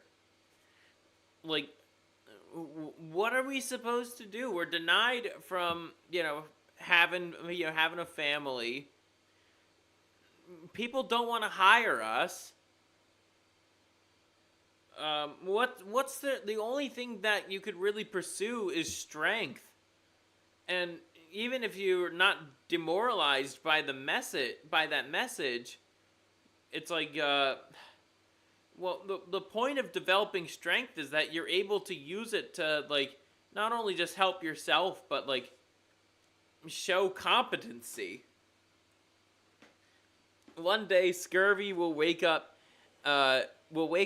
he wants to do something, then he thinks he has everything to lose, then realize once he dies a pointless life, he will have lost everything, so he shall, that he truly, wow. Ooh. Damn, AC, that's a, wow. Yeah, that's exactly what I don't want to happen to me. But at the same time, like, I wouldn't want to think of myself as helpless. Like, or neither do I think of it as learned helplessness. But it's like, you see, that he truly never had anything to lose in the first place. Then it hits him. What stops a man who has nothing else to lose? Oh, yep. A little Fed posty there, AC, but yeah, I get your point. What else is there to lose when you have nothing to lose? You have everything to gain. That's a positive message at the end of the day. You have everything to gain. And what happens when you have a bunch of young men who are feeling the same way that I am, and they also feel like they have nothing to lose? In game, of course, like GTA 6 coming out. You know, something bad in Minecraft will happen. I promise you that. Am I gonna do anything violent in particular? No, that's not who I am. But I know other young guys who very much would. We'll leave it at that. Help spark empathy and compassion, both for ourselves and others. My heart aches at the suffering we see today. I can see it all the time and everywhere. I can see it in how people walk, how they dress, how they talk, how they stand. It's so obvious. It's why I live outside the city now, because it drives me crazy when I deal with it too much. Everyone is suffering, and it's so sad. Although it's important that we all do what we need to, we also need to see I guess for me, and before we let the video play out, I will say, I think now that I'm, like, back home, and I'm basically looking inward in myself more often than not, rather than commenting on, like, what's going on externally, it kind of hits me a little differently, in the sense that, like, I have a lot more to do, so to speak. Like, I can't, like, I still have to go through the motions, but I have to think about why I'm going through the motions, you know? Anyways, let's wrap this up. Reality for what it is. This is an era in which we all fail compared to the Homer Simpson, John Hughes standard that we were told we would reach. But once you realize you're playing an impossible game, either play a different game or break the game. And the way I see these things is, if you knew the daily struggles of everyone around you, you would have so much more compassion for them, because you would realize how hard it is. When you see our age is driving people crazy, and it's always somehow the other side who are the crazies. Funny how that works. We can empathize with where it comes from. Furthermore, do you notice that Tom internalizes the blame for what is... I'm still in my hometown. It used to be borderline rural, but now it's becoming more and more urban. What are your thoughts on that, Rexus? Society's responsibility unto him. Keep in mind, society does have responsibilities to us. That's so heartbreaking, but it's something we all do to differing degrees, including myself. We're all stuck in a horror movie. Not a conventional one, but we're in a dystopia in which an evil, soulless society gradually squeezes the humanity out of people until the only thing left is numb rage. Then it pits them against each other as some kind of sport, watching them gradually go insane from any lack of grounding in anything real. Growing up as a teenager, I That's lived crazy. mostly with my father, and he would go on business trips for a long period of time where I would take care of the cats. And one of the interesting things I found is that when I fed the cats late, they'd start fighting each other and blaming each other. And the thing that I found hilarious was it was normally just because I was doing something else and I was feeding them late out of a whim on my part, but they always blamed themselves. And that's something my father would joke about, where when the cats would fight each other, they'd be like, they're blaming globalists or the Jews or the left or the right. And that's what we Okay, so I also agree with Synthetic Man's criticisms of What If Alt Hist, in the sense that it's like, you set up, like, the video itself is amazing, but the ending just kind of fumbles. Like, the end, like, the proper conclusion to that line of logic is, it's the Jews. Because if you look into, like, who causes, who made feminism, like, so prominent, bunch of Jews, LGBT, bunch of Jews, decline in religion, bunch of Jews. Like, quite literally, you need, like, if, for this, there is somebody to blame. And, like, undeniably, there is somebody to blame. And, I brought this up last week, the whole concept of locus of control. It's not my fault for how society just went completely crazy in 2020. How could that be my fault? Yeah, the ending fumbled hard. This video was probably made by feds who knew what was happening and telling people not to attack those groups. The thing, Rudyard, he's not a fed, but I think, because it's YouTube, it very much is, he can't exactly say it's the Jews, and he kind of knows that whole argument, and it's like, thank the ayahuasca for frying his brain that he'll never be able to admit that it's the Jews. Even though he has, like, once or twice, but he can never admit it on a consistent basis.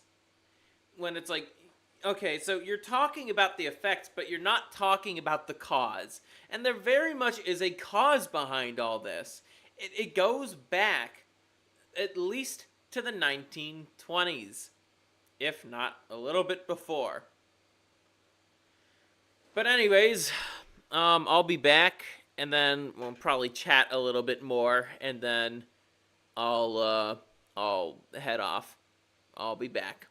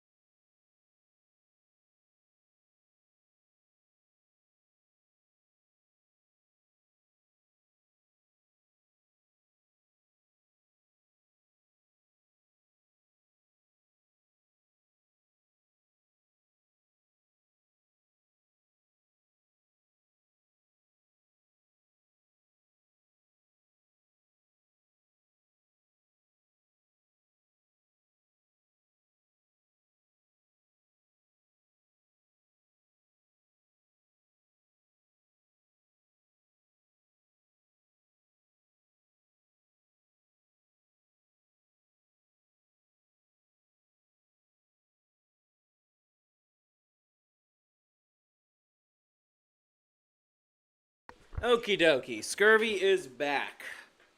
Alrighty, let's get to the stage here.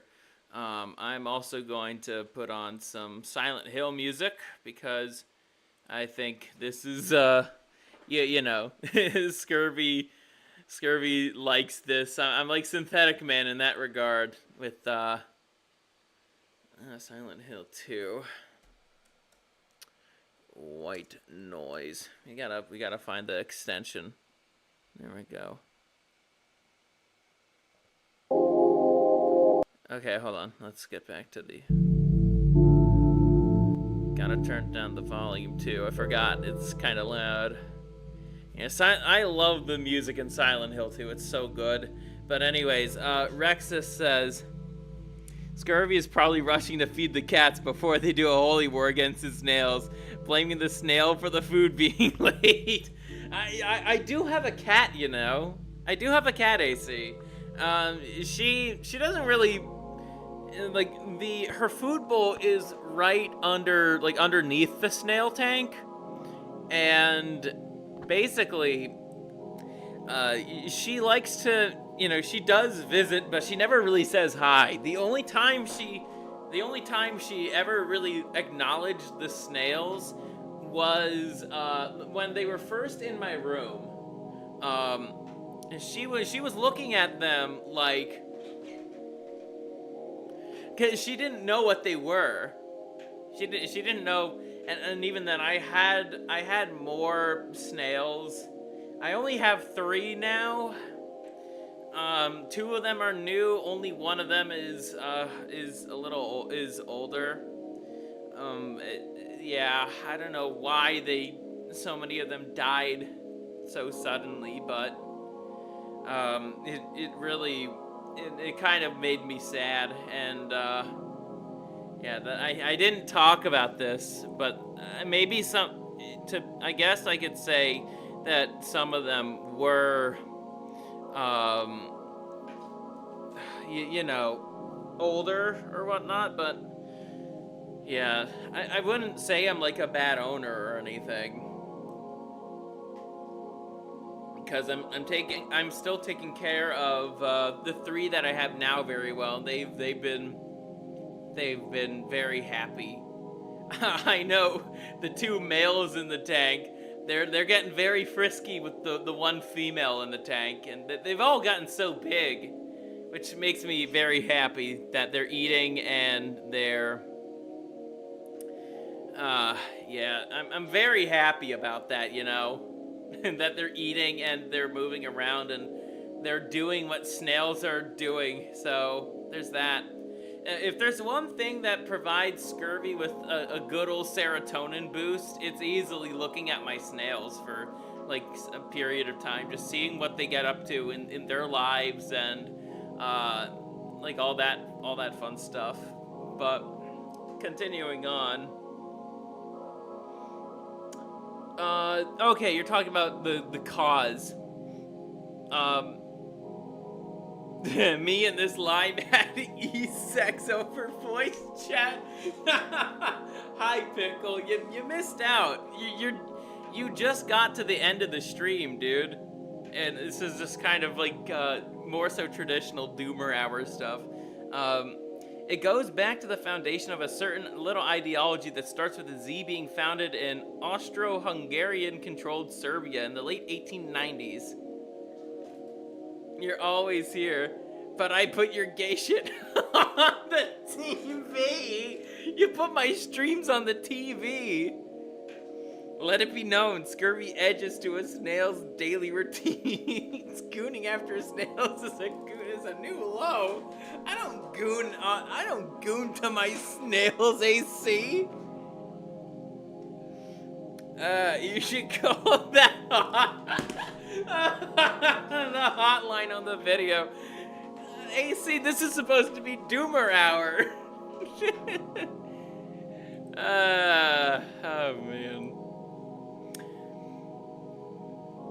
Okay, anyways. Okay, let's get back into the mood here. Or maybe not. Are we gonna end the stream on a funny note? You guys are. I think maybe we should end the stream on a funny note. Should I spurg out regarding? I think there was a conversation relating to like, let's see, Villian, Smug, Alana, Kirsha, Pippa.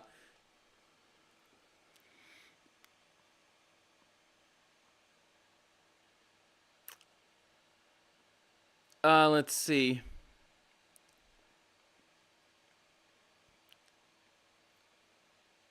Unhinged VTuber viewer confessions with Fillion and Pippa. Wait, where's okay, no, this ain't the Fillion that I know with the crazy movements.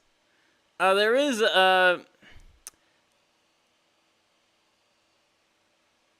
Okay,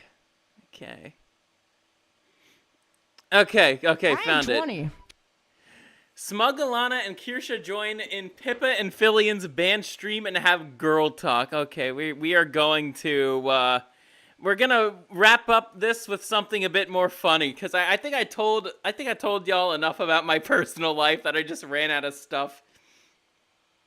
QC, welcome. You're at kind of the end of the stream, so it's not really Doomer hour anymore. So we're just going into Spurg territory. 6'3", 200 pound, white man, watches VTubers, and romance anime. My viewer.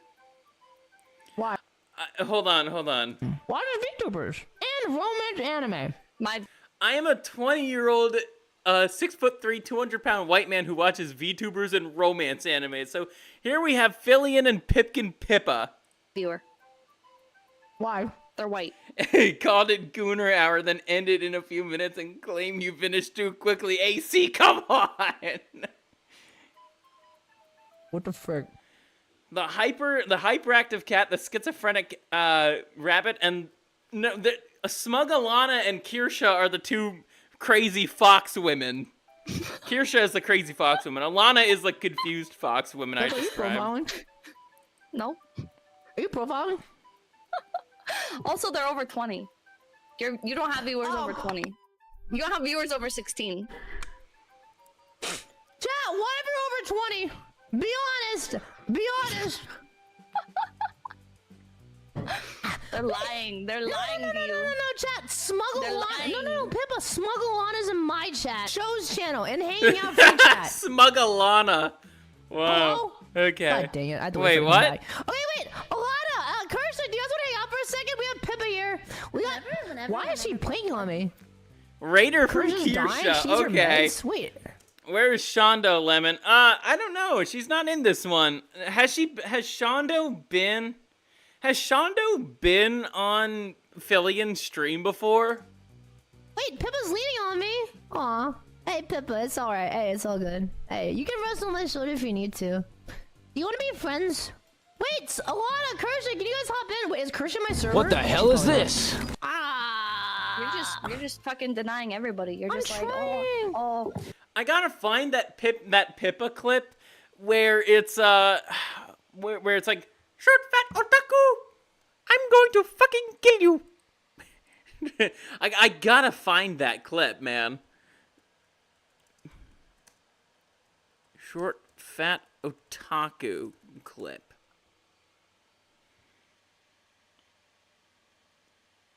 Okay, is it V? No, it's not V. It should have been... Where the fuck is the Pippa clip?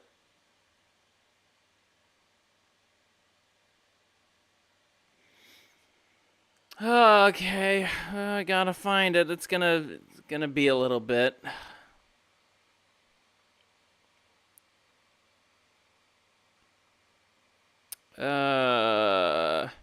It's like short fat otaku.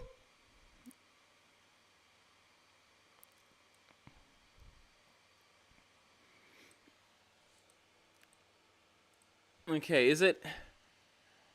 Okay.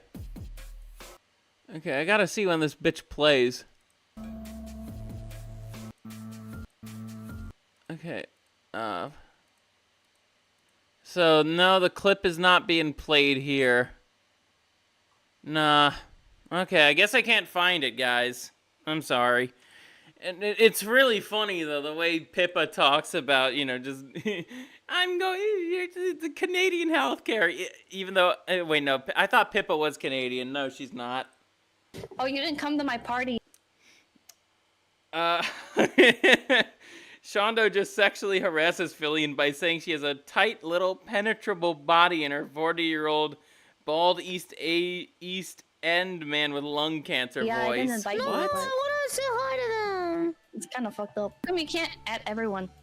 You should add everyone. Why would I let you add everyone? Oh, you can. This no. Well, that would be. Imagine if I was joining Fillion and Kirsha and Smug Alana and Pippa. Just imagine the kind of hijinks. The kind of hijinks that I think we'd all get up to. I'd be like, I would probably mention, you know, if Kirsha were to mention something, my first instinct would be, Kirsha, I think you know who, and I'm gonna put 3 parentheticals around this, is the cause of this.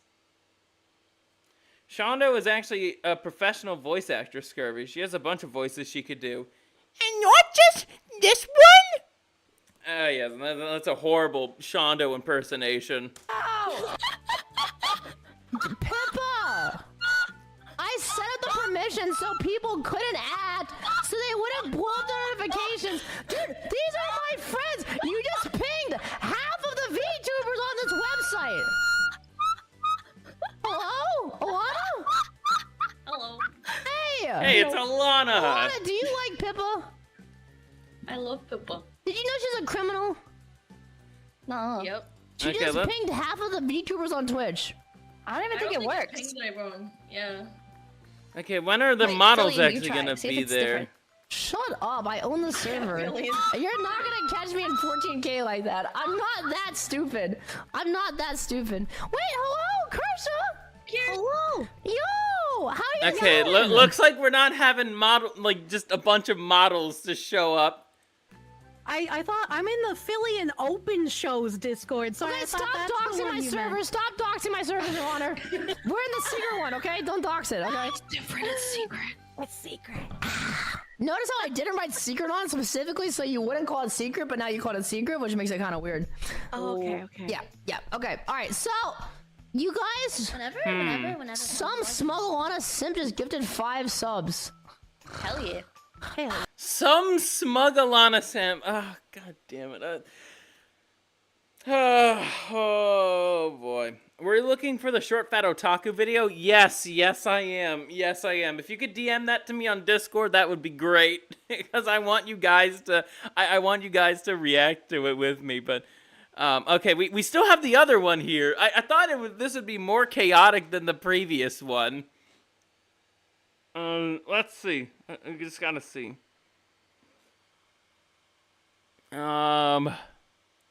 Actually, we'll look at this.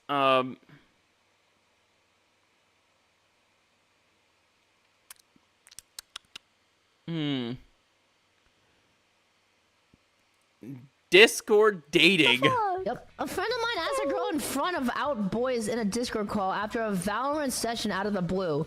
The call was silent for a good 2 minutes before she said, no. She did not. Okay, hold on. Let me just see. I'll open this up.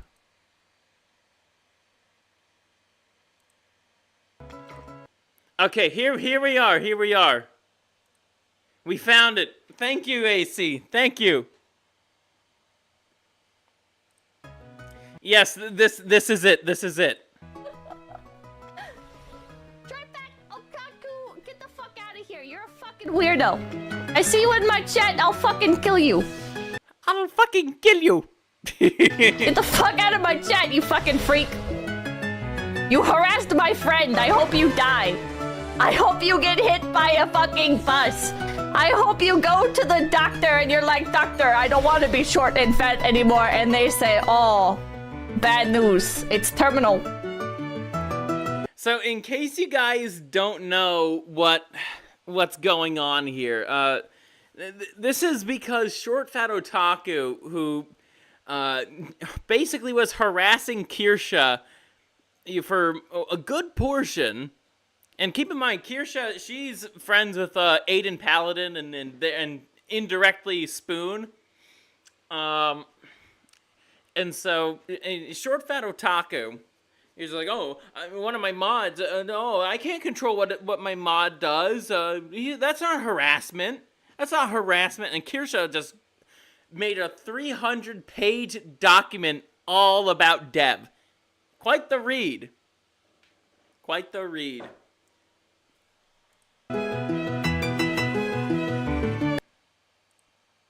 He wasn't very happy. That he wasn't. Dev needs to fuck off. I'll tell you that. And yes, he is a Canadian. Pippa versus Pokemon. We're gonna watch another VTuber clip and probably end it. Here. Did you see Pokemon's take on female streamers? Oh no. Yeah, she's like, oh my god, there's like no streamers that are like the size of Kais and that. It's like, you just don't watch female streamers, bro. What she does, what Pokemon does.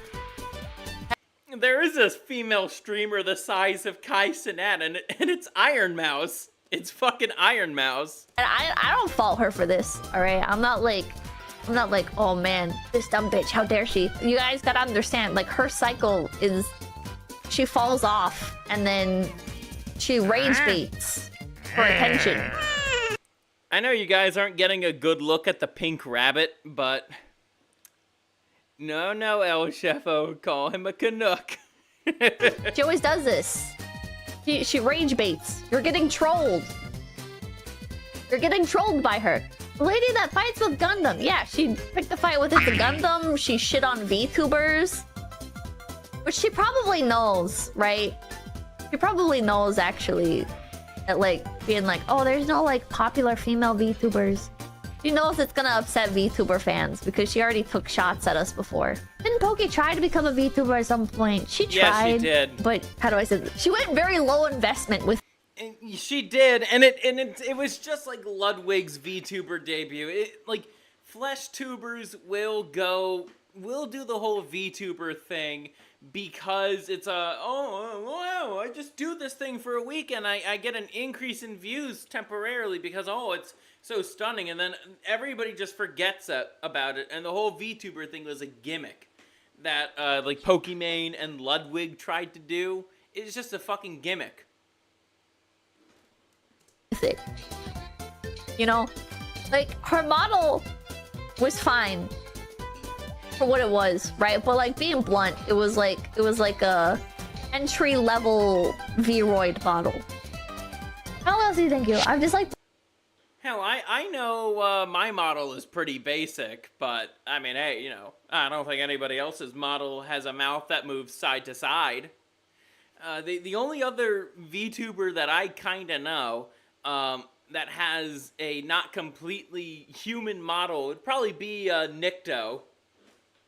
He's like a composer, also a fellow Christian VTuber. I would say, he has multiple arms. He has a model that has multiple arms, and I have multiple eyes, and my mouth moves side to side, not up and down.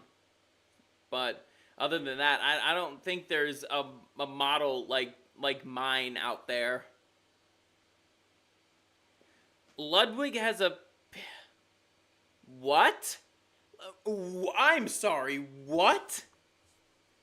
Okay, we're getting back into Doomer Hour here, folks. Temporarily, you're telling me that, people with pissing toggles on their VTuber models is allowed to stay on Twitch, but anyone who's right-wing is not allowed, is not allowed to say any of their beliefs, even if it's moderate to the right? Okay, that's fucking weird. That's weird, and that's very indicative of where our society is at. That's fucking sad, man. Our dear friend Plankamy, the sentient piece of wood, has a VTuber model that's also a piece of wood possessed by a ghost. Yes. But that ghost is probably still a humanoid. But anyways. That is the fact that that Ludwig can get away with a fucking pissing toggle. Meanwhile, actual VTubers, have been banned for far less, and also conservative streamers have been banned for far less. Whew. It's fucking nutty. Oh no, the ghost only has one arm. Ooh. Yeah, it's still not like Scurvy's model. Anyways, let's keep going. Pokemon, since she threw Etika under the bus when he was having his breakdown, she rage baits. She's just a rage baiter. She's a decently popular streamer on her own. It's just when she starts to fade from public consciousness, instead of doing something like, you know, like how Amaranth always has like some crazy new shit that she's doing, where you can look at it and you can be like, oh shit, that's disgusting. And Amaranth honestly should be fucking banned from Twitch. Like, why use Twitch if you're just trying to link it to your adult content stuff? Why? Or like, that's insane. Pokemon's go-to is, she's like XQC. She's kind of like a female XQC. Pokemon, the one with her butt out all the time. Yeah, she's the one who bends over for the camera. That's really negative thing. You're not gonna lie. I only know Pokemon for the dumb bathwater meme. But that wasn't Pokemon. That was Belle Delphine. Oh god. Delphine had bathwater. Amaranth had bottled farts. Yeah, Amaranth. Also,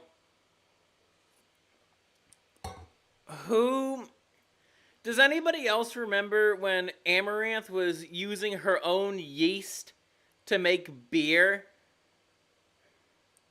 I'm not joking about that. That was a very red-pilling moment in my life where I was just like, my god, women are just like, they can get away with anything. They really can. It's absolutely nutty. Amaranth does all kinds of crazy shit. I give her kudos for her creativity. Poke creates content for other streamers like Asmongold. True. She does provide a valuable service. She also provided a valuable service to It's a Gundam. Anyways, alrighty. Scurvy does have to get going. I'll catch you guys. Not next week or the week after, but I would say, if I were to take a look at March, so not the 7th, not the 14th. Basically, probably a month from now, if I'm being realistic. The next stream is gonna be a month, like a month away. Because I want to have the Andrew Ditch shit list video out on the 21st of March. That's gonna be my return to content creation, so to speak. But I want to take the first 2 weeks of Lent off. So, like, just from content creation. So that way I'm not, like, tempted to drink or anything, because I like to drink after I do some work for the channel, like actual work for the channel, like upload a video or do a live stream. So, there's that. Oh man. Anyways, I'll catch you guys in like a month. It's gonna be a while, but I hope you guys can be patient, and I hope Doomer Hour was sufficiently doomer enough, and well, until the end. There's a black pill for you. The mood of the stream. Yep. Yeah, the Amber Heard Johnny Depp trial, that really did only put a dent in the Me Too movement. It's still in full force. And until the laws change in that regard, it's, yeah. Good luck, that's all I gotta say. We will miss you too. Oh, thank you, AC. Thank you.